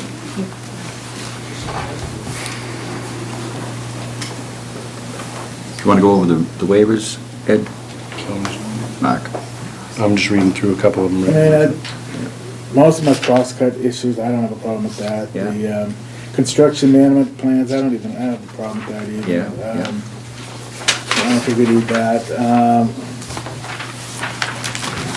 Grading and analysis for the stormwater, they're gonna deal with stormwater anyway, so I'm good with that. Right. Setback on the property lines, I don't have a problem with that one either. Granite curbing is the one we always fight over. Right, so, on the granite curbing, a couple of things that I was discussing with residents is that a lot of people are saying that we shouldn't be granting any waivers, but yet we can't be arbitrary and capricious, and other subdivisions we have granted waivers. So I actually asked for a copy of another subdivision that we approved and what waivers were granted there, and I'm comfortable in granting the same waivers. So in this scenario, when we do have a full board and we can vote, I would recommend that we require granite curbing at all the radiuses on the street, because that's what we required in the last subdivision that we approved. Which subdivision Peter's is the one who this? doesn't Is this want one you granite. talk, which So, subdivision are you talking it's about? Durkey Farm Estates. We Okay, require, okay. we require granite at the radiuses, so. I thought it was just at the entrances on that one. No, it was at any radius on the street. We didn't require it at the radiuses for the driveways, but just at the street corners. At the It's at the street, intersection where it comes in off of Foster Foster Street Street. and intersects with the part that comes Grimes off Lane. Grimes Lane. Yeah.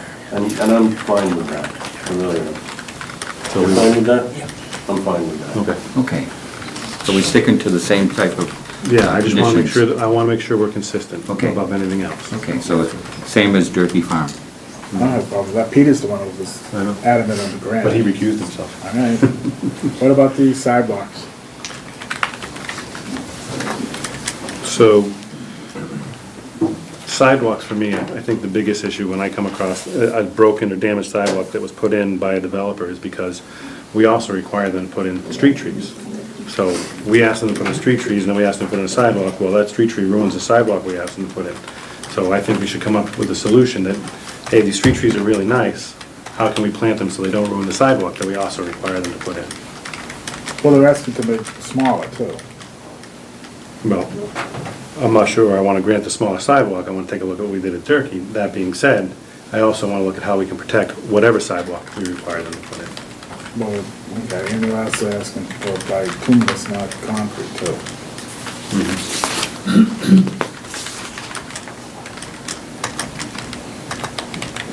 Excuse me, Mr. Chair. I think, wait, we're still, No, I Oh, was Luke. just, yeah, sorry. yeah, It was just related to that comment. We did, obviously, the material is something that, you guys have debated before, but the width is something we did have a comment on there. If they do put 4-foot wide sidewalk per 88 requirements, every, I forget, 200 feet, they'd have to have a sort of bump out where, it would allow full turning, So it wouldn't just be able to be 4 feet consistent. It would have to be, if they did 4 feet, every 200 feet, they would have to have a 5 by 5, square for maneuvering per 88 requirements. yeah. Just to point it out, so it wouldn't just be a straight 4 feet. So there's an extra foot. So a 5-foot square, or is it 4 feet plus a 5-foot square? I believe it's just a 5-foot So it's an square, extra foot out for 5 feet? but it just looks a little bit. No. So, again, being consistent, I'm comfortable granting them the bituminous pavement as opposed to poured cement for their sidewalk. You get the grass strip too? Right, so. Yeah. 18 inches of grass strip next to the road.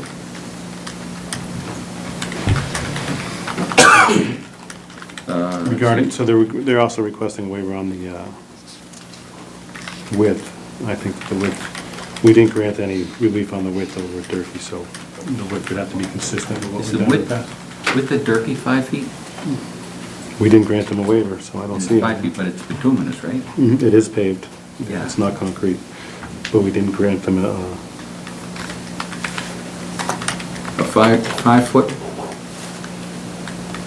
I feel much more comfortable with the 4 foot, and we'll do the 5 foot every 200 feet like Luke has asked. I'm okay with that. Okay, thank you. so we'll obviously have to wait till we can vote. but- Correct. I think we need to let Jimmy weigh in on it, he's gonna end up owning it. Let him see what he wants. How big is his machine? I think the equipment would operate better on a 5 foot wide, that's what we required on it. Yeah, I think I got 4 foot across the street from me. Oh, where? Concrete? Is New Estate 4 feet? New estate's 4 feet. I don't know, I'm going by the last one we did, so we can be consistent, so.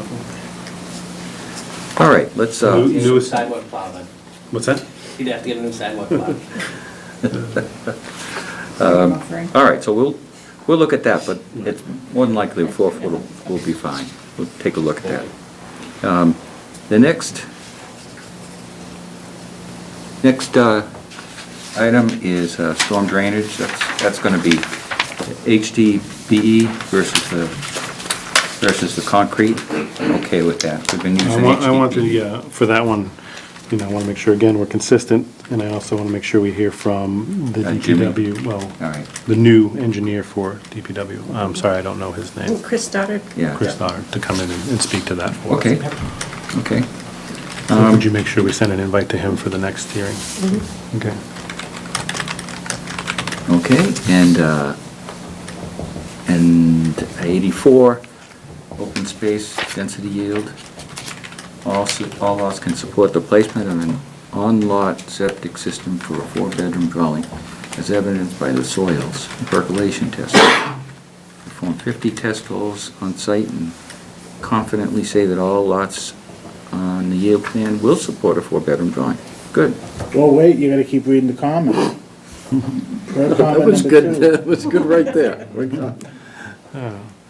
Further comment two, the Board of Health agent Jim Griffey.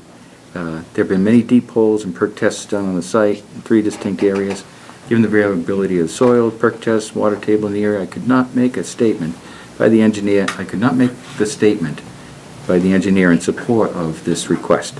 Based on the availability testing information, we recommend that additional test pits be conducted on lots 14 through 17 on the density yield plan to confirm suitability of on-site septic systems for these lots. The existing elevations of these lots are similar to those in wetlands located in the rear of these lots. We respectfully defer to the planning board. Okay, 14 to 17, where are those lots located? He's got to pull up the yield plan. Yeah, hold on. We had a discussion about that particular comment, just for clarification, on, when we met on Monday. Yeah. And I guess probably Mr. Markey can comment on that better than I could, but we kind of, he proposed that, and I don't want to speak for him, but he proposed that he could potentially come up with some sort of proof plan for those lots without doing the testing. Yeah, I'll take it. And I'm, that's why I'm hesitating, because I don't want to. So, I can do what we did similar to Durkee, where we show the, I've seen the proof plans that they prepared. So they did a 4-bedroom design on the lots that were questionable in the past. So I can take the worst-case soil test that we have on site, because I know even though the soils may have some limited variability to them, they're not going to be any worse than the soil tests that we've done that is the worst ones that we performed. So I will take that data and I will design systems for the lots that are in question and submit those to the board to prove that the lots as shown on there would support the 4-bedroom septic systems. Okay, that works. Well, Taking the worst conditions. I'm not sure I'm not that sure that works. works. So my thought would be to defer to the Board of Board Health. of Health. We gotta satisfy him before. There's no satisfying Jim Gariffi. No, and they've- What we and- did previously was the proof plans that came in on Dirk, and ran those by Jim for his input, and he can provide his feedback on those. Okay, so if you want to provide that design Yep. that way, I'm okay with that. And again, Wait, it's ultimate, if he's okay with Yeah. it, then we're Yeah. okay. All right. Greffy's already deferring it to us. Yeah, but he wants testing done there. Oh, yeah. The second part of that comment, after the Comes from- quotation marks, where it starts based on the available testing This is a information, comment that from is no Green. longer Jim Gareffi's comment. That's Right. our That's Green's. follow-up to his. Okay. So, again, to be consistent, we'll do the same as we've done before. We'll allow that design to go forward to Jim Gareffi for review, and if he's satisfied, we'll go forward. What happens if he asks for testing on that? He's the Board of Health, I guess it's kind of his jurisdiction. Well, we can, He can it's our ask for jurisdiction. testing, but we don't need to require that to prove this. But he's Yeah, we needed, passed so, let's see what This is, We can, May I- because these may I are make a auxiliary comment? lots. Can you just state your name, because there's, Matthew Field from M&M Realty. Thank you. With Title V, and correct me, Jonathan, if I'm wrong, with the design what we're doing, we're offering over 50% open space. You're not required to do testing on all of it. This is a Littleton zoning reg, Board of Health. Board of Health reg. Littleton Board of It requires Health. the testing. Unique No, It's not. it's a planning board. Planning board. planning board, oh, that's right. We passed that 2 years ago. Right, that previously, your yield plan was based off of strict calculations. It was not an actual plan that you produced. It was percent uplands, percent wetlands. I think there was even some lot shape stuff in there. okay, so, So what we are asking is, we're not able to do soil testing at this time. There's 2 feet of snow on the ground, Right. it's soaking wet. do the design, Yeah, I can Do the do the design. designs based upon absolute worst soil tests that we've done out there. And, so we'll do the design, send it to Jim for review. We'll take his comments under advisement. It doesn't mean that we will, That's fair okay? enough. That's fair enough. Yeah, because I remember when this lot, when We're way behind, Rich. I when just this want thing to keep was moving. passed, this 2 test pits on a lot, and we talked about not needing it on every lot. No, but it just gave us the guidance that we could ask for it in certain lots if we wanted to, that's all this is doing. And I got no problem, if we can show it by modeling. Okay, all right, Okay. all right. Next.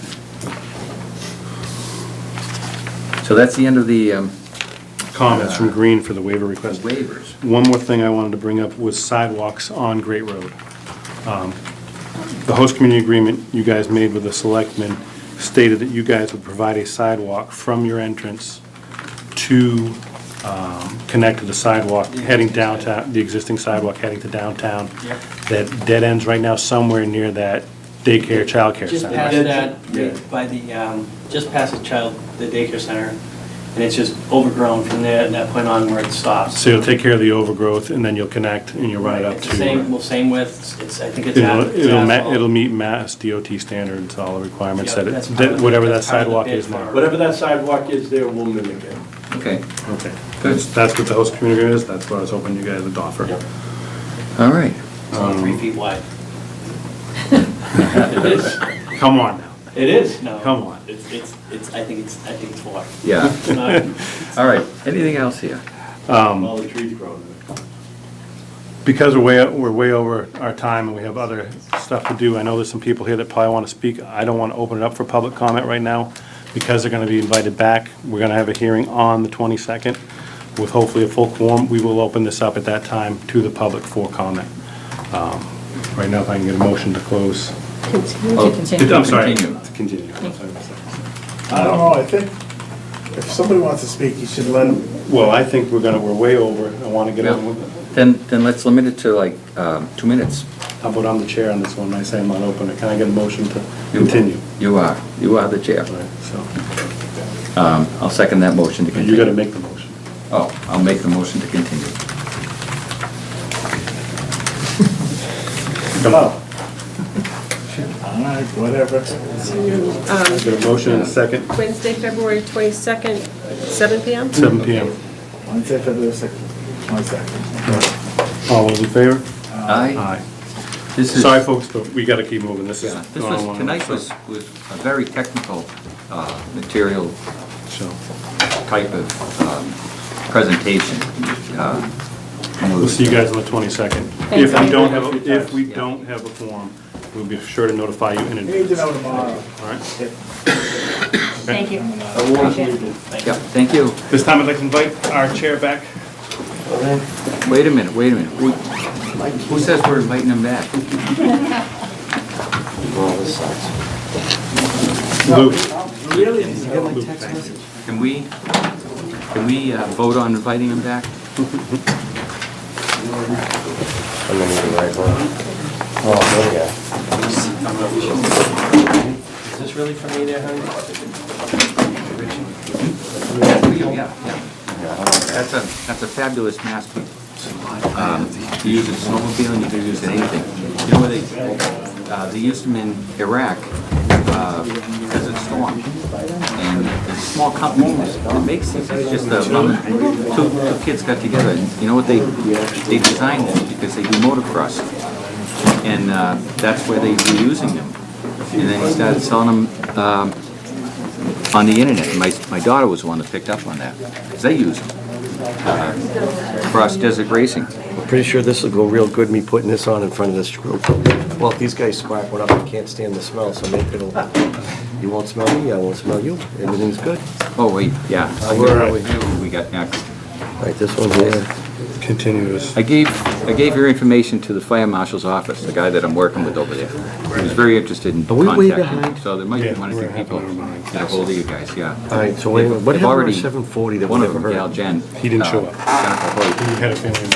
Jake Nunemacher and Jennifer We Hoyt. did the 8 is Two them. people who, This one's done? Hoyt and This is Jake where we're at now? Nunemacher. 8:15? Jen's been to almost all the ones that they've built here in the state. Let's go. All right, Continued. Okay, I'm back. So, all right. where do we stand? We're gonna open up a public hearing, reopen it, continue. We got the 8:30, which is now 9 o'clock. Are you doing that again? I'm just curious. Doing what? Maren, where do we stand, please? You're reopening the continued public hearing for the medical marijuana facility at 234 Taylor Street. Okay, Let's so, see, we've got, 4 board members present? okay. It's up to you if you want to proceed with 4 instead So- of 5. What I'd like to do in this instance, because we have 4 members present, once we go through the hearing, we'll do a straw poll to see where we stand on the vote. And at that time, if there's a no vote on the board, we'll just continue the hearing until we have a full board. All right? Thank you. Good, thank you. If that's okay with you, Mr. Chair. Whatever you say. See what happens, you leave for now and they take over. Yeah. That's it, Pete. You know that you're Okay, out. well then, here we are. So we've reopened it, correct? We followed all the rules and regulations. And you're up, my dear. Okay. I'm just trying to get. Hold on. Trying to get onto the. It's not showing up on the screen, and I'm not quite sure what's going on. Use a bigger hammer. Try it. Oh, sorry. We can do that. All right, well, without that, can you address some of the other issues we had? One was, Actually, I think they want to give a brief overview of where they've been and Yeah, where they just are. because I see some faces in the audience that haven't seen it before. Um,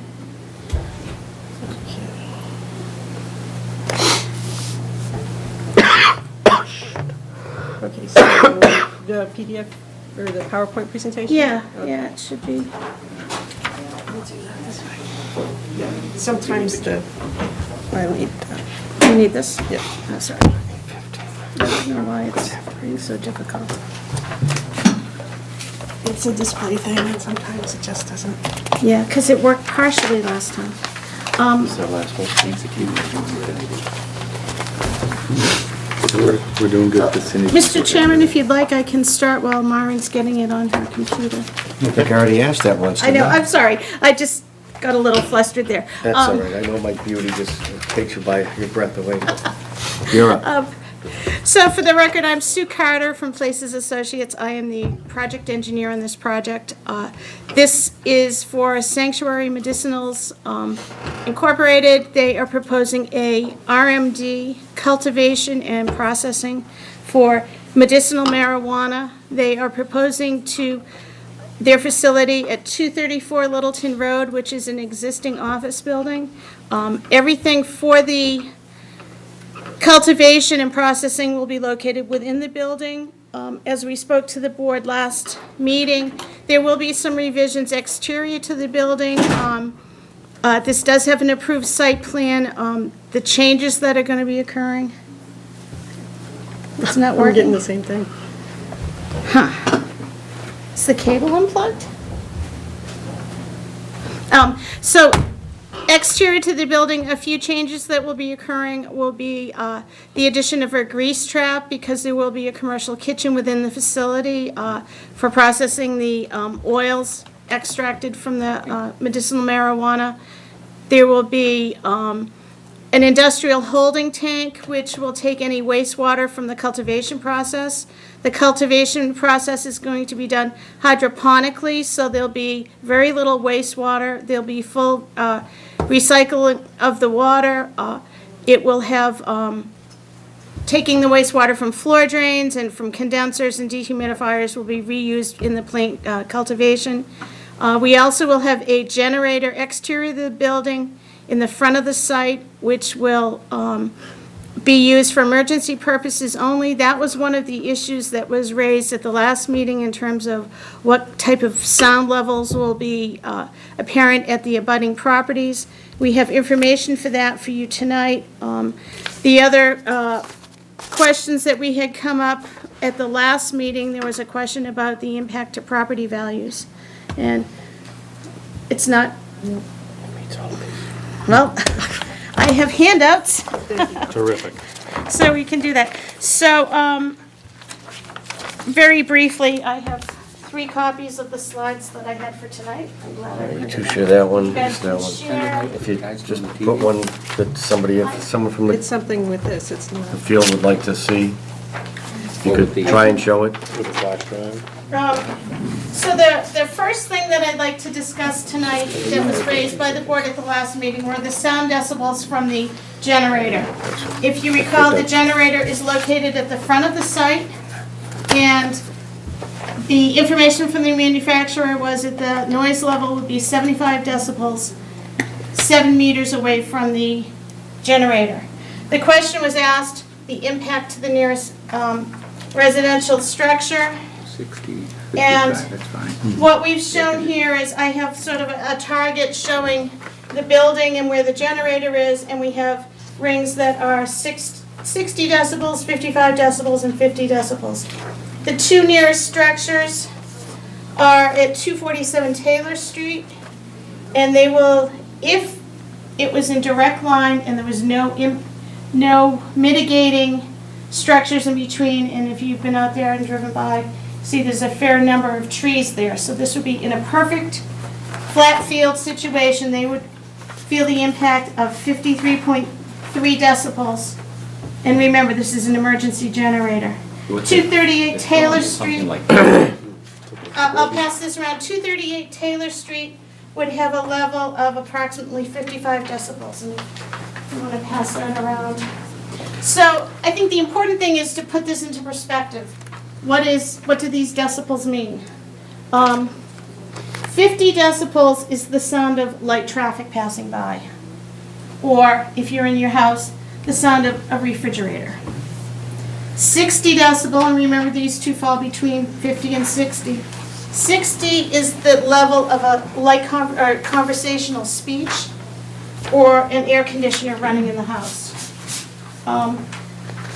So we just wanted to provide that information to the board and to also keep this in perspective. This would be if there was nothing for obstructions in between, because remember, sound waves travel just like when you drop a pebble in a pond, they travel out radially. If something interrupts them, they don't have the same impact. The other, do you have any questions you want me to answer? No. Okay. Okay. The other question that the board had asked for, and I have handouts for this as well, was for residential sales within a mile of the other RMD cultivation sites in Massachusetts. And I have handouts for that. So, Sanctuary Medicinals went through, looked up the addresses of the cultivation sites, 6 of them in Massachusetts. Oh, I'm sorry, 7. And those are in Amesbury, Ayer, Quincy, Fitchburg, Brockton, Franklin, and Lowell. And they went through and did an analysis of the sales, residential sales. Because this is a relatively new industry, they only had 2 years' worth of sales that they could look at. So it was from January 2015 to January of 2017. And what we've done is we've created a brief chart. I guess since we don't have graphics. So bottom line is, out of the 96 sales that occurred within a mile radius of cultivation sites, the variation from the list price to the actual sale price is between 1% and 4% variation. So not much different than what you would expect on any other residential sale. Thank you for that information. I have copies of the data for the record, and if anybody cares to see You can send me, yeah. what we have some aerials of the different sites so you could get an idea of the density of housing versus industrial versus other things near the sites, if anybody's interested. And those were the two main things that the board specifically requested us to look into.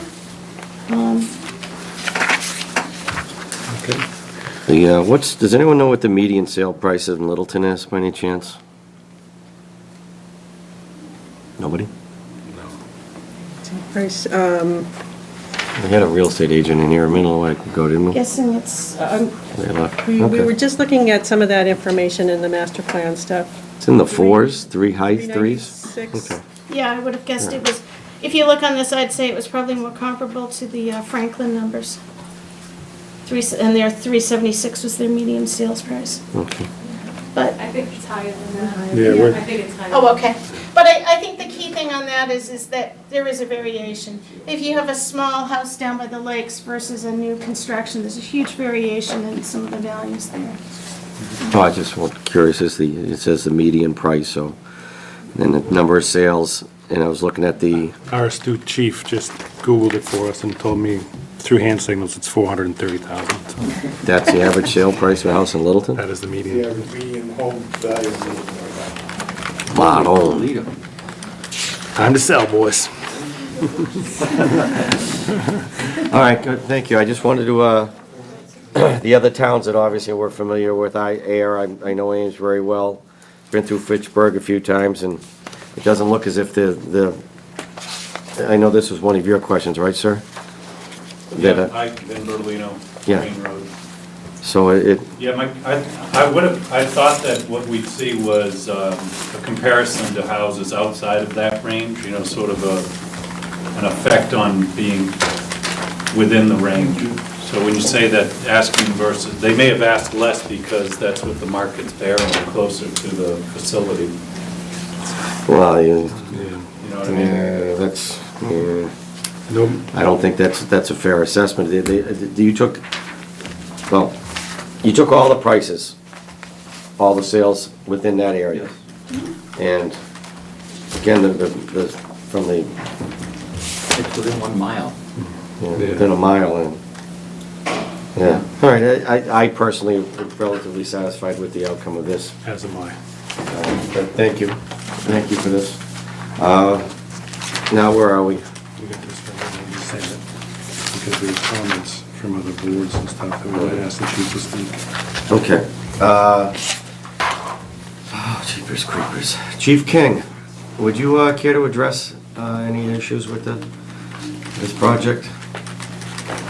Do I have any issues with the project? Yeah. The project is different than a dispensary, number one. I think that's one thing people have to remember, it's a facility that's gonna be growing, so there's not any traffic going in and out of the facility that's purchasing or, you know, doing anything like that. It's not, so it's, I believe right now they're scheduling for 3 pickups a week in an unmarked vehicle that goes in and out. So there is a difference between this and a dispensary. This is strictly a grow facility. I'm in extensive contact with the chief up in Rochester, New Hampshire, and, you know, he came down originally to meet with me and meet with me directly. I'm actually gonna be going up again shortly after Rochester. There's been no issues in the area. The neighbors in the area, actually, the site they took up there, I believe they rebuilt an old mill, and said, you know, they actually rehabbed, you know, the area from what it was. And the neighbors who live in the areas would tell you that, this is in Rochester, the neighbors in the area, they said, if we didn't know it was there, you'd never know what was there. And you're fully confident with the security systems they're gonna have installed? Security systems are state-of-the-art, some of the best I've seen. Massachusetts Will it cause- actually did something right and came up with some good plans in that. And will it cause any, you envision it being any more calls to that area for the Littleton Police Department to cause any undue harm to us whatsoever? What the chief in Rochester has said to me and gone over, having had a facility up and running for a longer, you know, for a period of time. You know, he had the same questions I had, you know, we all had our fears, and he said that, you know, working with Sanctuary and he has found none, you know, there's been no calls to the facility. All right, good. Thank you. What else, what other boards have weighed in that, well, I can't find that. There were some comments going back and forth with the water system. So just in the comments that I was reading, if you don't mind, Mr. No, Chair. go ahead, please. Are you guys owning the building or renting the building? Owning the building. You're owning the building, terrific.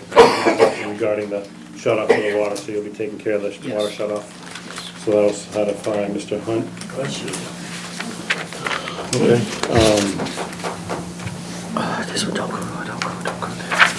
You did, on that sketch where you show the line, I think I gave it to Rich. Right here. Yeah, so you're showing the distance that you have from, even though it goes into another town, the Liberty Fields in Boxborough. So in looking at this to satisfy the requirement, even though you're not required to be that far from this park, because it's not in our town, you did make sure, and it does meet the requirement set forth in our bylaw, that you are far enough away from Liberty Field, if it were in our town. So Just want to make it clear that the facility is far enough from any park in the area. So thank you for providing that information as well. That covers your act. That's me.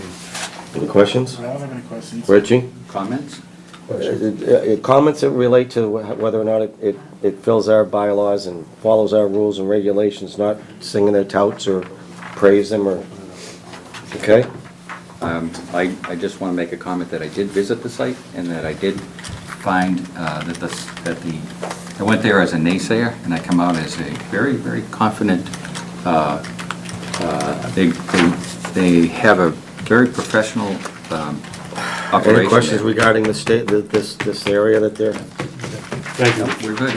All right, now we're gonna open this up to the population here. If we could, if someone mirrors your opinion, could you say, I agree with so-and-so, so we hear the same thing again and again and again? Quick. Name, please. I'm in Bertolino, Crane Road. So I'd asked a question about the proximity to Liberty Square. Do you know what the disposition was on that? So it's inside your 1,500-foot standoff? Yes, Any areas where do recreation? you have that for me? I do. Any areas where there might be recreation or children? That was not determined to be part of the recreational designated areas within the town. It was by town council, I believe. It was, so, Would you read it for him? yeah. The town in writing the bylaw did not consider Liberty Square to be a park or an area where children would congregate, and did not consider Liberty Square to be a playground or recreational area for the purpose of the location of an RMD. So it meets the requirements. It's not a park or a recreational facility. It's, in my opinion, it's a traffic island with a rock in it. It's a little more than just that. More than that. It's a Okay. historical site, but it's. Any other We're all questions? entitled to our opinions. The young lady the far back to the left, was her hand up first? I'm Kathy Scully. I'm on 240 Taylor Street, so right by that concentric, I'm on your map. Number one, I'm a nurse practitioner. I'm really concerned about having this. I'm all for medicinal marijuana, but I actually don't understand when you talk about, and I was working the evening of the first meeting, so I couldn't come here, so I apologize for that. But can you explain again just exactly what you're going to do? It's the registered marijuana dispensary. So to me, the word dispense. But you're going to also, you're talking about the grease or something like that? I'm concerned about the air quality out around that as well. There are a lot of children, and were a lot of children, and there will be more children. They're big homes from a resale purposes as well. But, and I'm also, and I'm sorry, the multiple questions, but maybe, One more. if it's okay, one more. Might be When covering there others. is the increased security, and it sounds like it's a good system, but my concern is if somebody does become, this doesn't say secret, if somebody does, people are aware of this area and you're cultivating it, and the security is so good and they can't get in there, I'm concerned about the security of the rest of us around there. Will they be? And I know that you said perhaps in the last year or so, Lieutenant Captain King, I'm sorry. But you said that the other town said that there really wasn't an increase in crime. We have been very fortunate not to have it. We're a nice, quiet little area up there. It's been wonderful. I've been there 30 years and raised my 3 children, and it's wonderful. And they did play a lot at that little park. A lot of people did, and we have at the historical park, we have a lot of town things that take place there that gather a lot of people as well. By definition, it doesn't meet I those. appreciate And I understand, I've been there a few times, I've read it, and I think it's a great piece of history. I'll have you address the smells, the containment, and those are your 2 major questions, correct? Distribution. Distribution, yeah. I don't like that it says RMD on it either, because when I was totally against it, when it said RMD. Right, I wanted to know exactly, I guess because I missed the first meeting and exactly what the Could you purpose of it is. please address those questions? Thank you very much. My name is Jason Sidman, I'm the CEO of St. Charles Medicinals. Those are great questions. The reason that it's called an RMD is defined as registered marijuana dispensary, but under the license of the state, it covers the cultivation sites as well. So even though it's a cultivation site exclusively, and we won't be dispensing any medicine out of that facility, it is still technically called an RMD. So that's why that term is used Does it mean it's being grown in that area? Yes, Is it that what is. you're talking? Yes, it okay. is. It will be Okay. grown. We will have a lab in there for extraction purposes to make the oil, which you're probably familiar with in your field, so to speak. But in addition to that, we also will have a commercial kitchen where we will make all kinds of edibles and processing and things of that nature. Where does that dispense from? It's dispensed from our dispensaries, which are primarily our sites are in the North Shore. We do have one right now in Gardner, Mass. Yeah, that's where. So these are gonna be not sold to anybody, like coming, walking in, being Oh, able no. to take it? It's No, going it's- to medicinal type? Absolutely, medicinal dispensaries. We have 3 licenses for medicinal dispensaries, and the closest one here is probably Gardner. Okay. And as far as smells go, in New Hampshire, we are pretty good at mitigating odors. I think even Rich could attest when he was standing outside the door.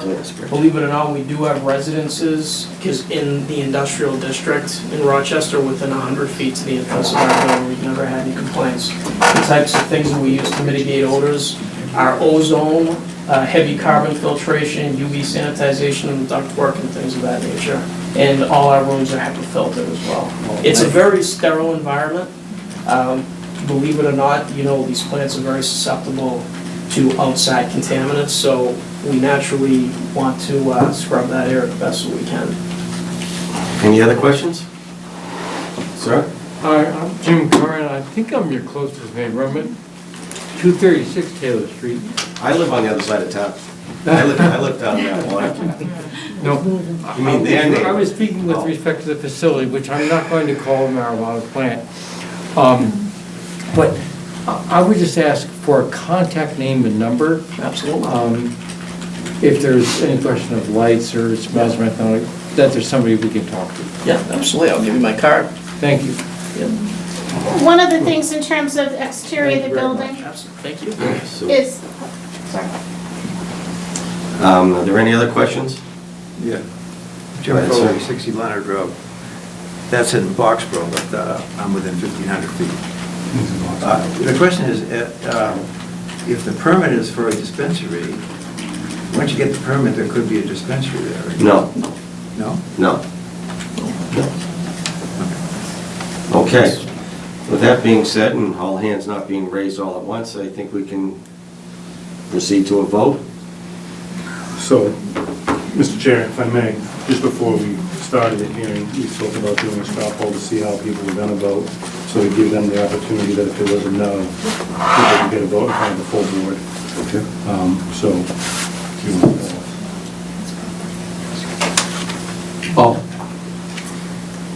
Richie, If we were, if this has come to a vote in the next 33 seconds, hopefully, how would you feel, yea or nay? I would be very positive, yes. Yourself? I would go yes. I wouldn't be as positive as Richie, but I'd still vote yes. Okay then. You gotta go visit. Want to go with that? I'm waiting till they give brownies. Oh, I get to hold mine to that. I think it's I without a doubt hate dope more than anybody else, to call it dope, I'm sorry, but I do. I hate alcohol, well, I like alcohol. I don't like drugs in any way, shape, or form. And I still consider this to be something along that line. For some people that it helps, that's great. For what it does for this town, as far as what you're gonna bring to it, you're gonna, some liveliness into the building, get some income to the house, the town will reap some benefits from you. I think it's about as well as we can expect, and I welcome the business. I don't like the business. How's that? So I would vote in favor of it, to be honest with you. I would have wished that you had more industrial all around, to the fact that you have a residential component closer. I'm upset by that, but you're still within the letter of the law and everything else, and I don't think I can vote against it just because there's not industrial on all 4 sides of you. So I would vote in favor of it. All right, so we have your straw poll, looks as if you wish to put this to a Do you have a draft? You have to close. Detailed draft decision, yeah, thank you. You'd have to close the hearing, have a detailed Make a draft motion to decision. close. Have a motion, second? Second. Have a second, all those in favor of closing the public hearing? Aye. Aye. Aye. Now we need to go towards Draft decision. Do I have a motion on that? Do we have one? I have- Sue's, and the applicant is aware of the proposed conditions. All right. Are they lengthy and many? Yeah. Which are these here, I presume? I haven't had a chance to read all of them. I've been, 3 of 6. huh? What it does is it mimics the requirements of the bylaw. And, Okay. And, excuse me. Under the circumstances, is there anything that's over and above what we ordinarily ask for?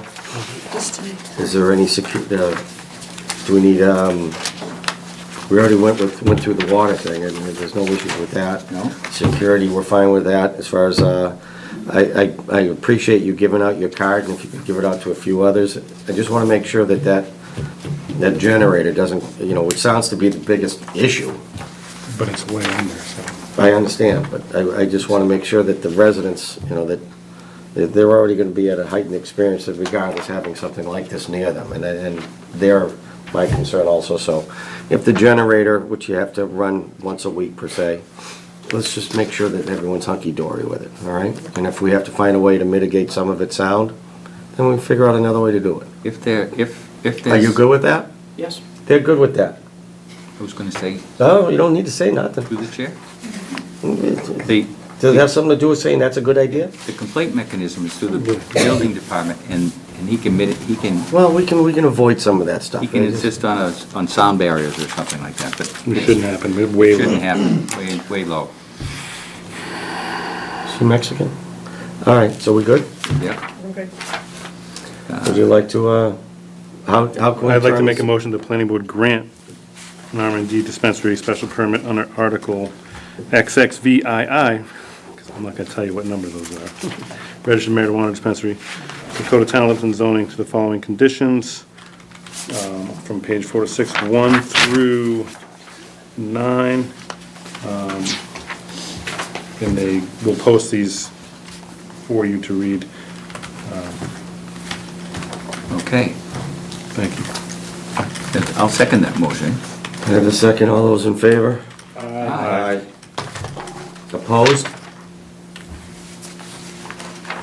Looks like the ayes have it. Well, Right. we want you to be good neighbors.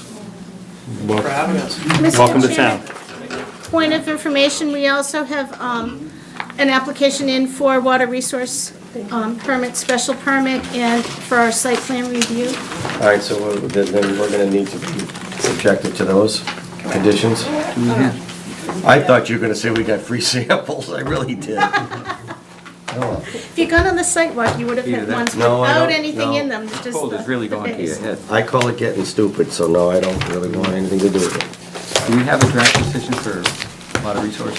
No, we don't. What I would recommend is using the same conditions as we use for the fire station. Right. All right. It's going to be very similar, where a lot of it's pre-existing non-conforming. Okay. With that being said, do we have any other business, board We business? have to vote it. Oh, we I have, thought we just did. Vote on the water resource district special permit and on the site plan. Make All a right. motion that we approve the permit submitted for the water resource district and the site plan. Do you have a motion? Final Yeah. wording as per town council, Yes. to be approved by town council. Would be fine. That gives me a little leeway in case. Yes, please. Thank you. Another big hazardous waste generator, they're gonna have minimal amounts of stuff. Sounds like they're using less water than they did when they had It's not everyone about the there. water, it's about the storage of materials. yeah, this is Okay, minimal. with that being said, Okay. I have a motion. So moved. I think you're Second, alert. I'll second that. All right. All those in favor? Aye. Aye.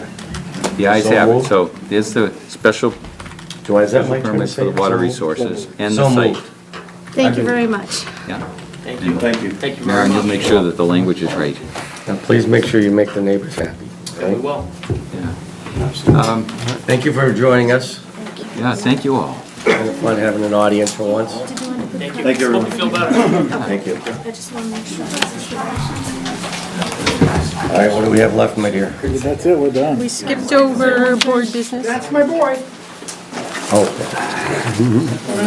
You too. We skipped that? over board business real quick.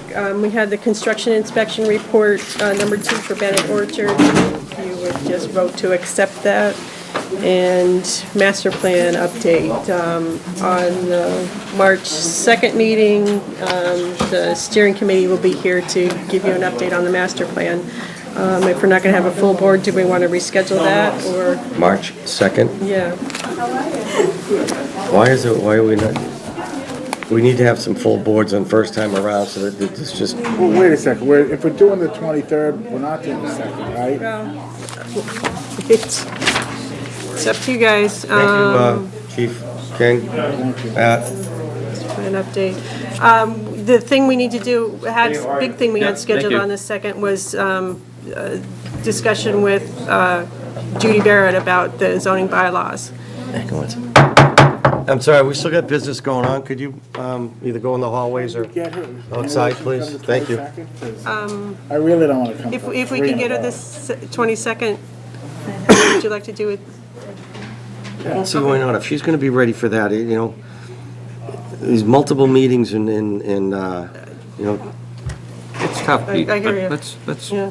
What? It's, yeah, you know, when it's so busy this time of year, it is tough. yeah.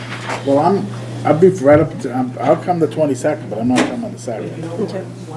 that's fine. And, yeah, and it would be too bad if not We're talking everybody- March now, right? Or are you Yeah. talking February? February 22nd. I don't know what the heck happened to a watch that tick, tick, tick, where you gained 4 days. I'll come for February 22nd. I'll stay for Yeah. that, but I'm leaving the 23rd for Florida. I'm not coming back. No, it's So second. I'll work on rescheduling Judy and the update from the master, on the master plan. The same day, the I'll 22nd. try. Yeah, good, We need to okay. find out from Jamie if that's viable with her, though. Somebody has to Oh, come and talk to her. Mr. Mullen. Is there a reason why they can't leave with him? Excuse me, really, could you, left or right? Out or out? Thank you. You're gonna be, I'm gonna elect you Thank you. chairman again next year. How you know? Yes. Aren't we, Mark? I don't know, I don't think I'm gonna be here, am I? You got a deal. I am all set for the 22nd, so. Okay, thank you. I'm trying. You're sent, Tell Okay, me you so want me to stay, Richard. the Tell me you want me to stay. you're being so nice. Not at all. inspection report number 2 for Bennett Orchard. It was in your meeting packet. You're going to vote to accept it? I make a motion to accept the inspection report for Bennett Orchards. Motion, I have a second. All in favor? Aye. Thank So, you. so be it? Was it so be it or so So be it. moved? Don't move, so be it. This is just a site observations, and everything looked fine. Yeah, we already voted. Looks like a, Are you happy with the way things are going? okay. Yeah.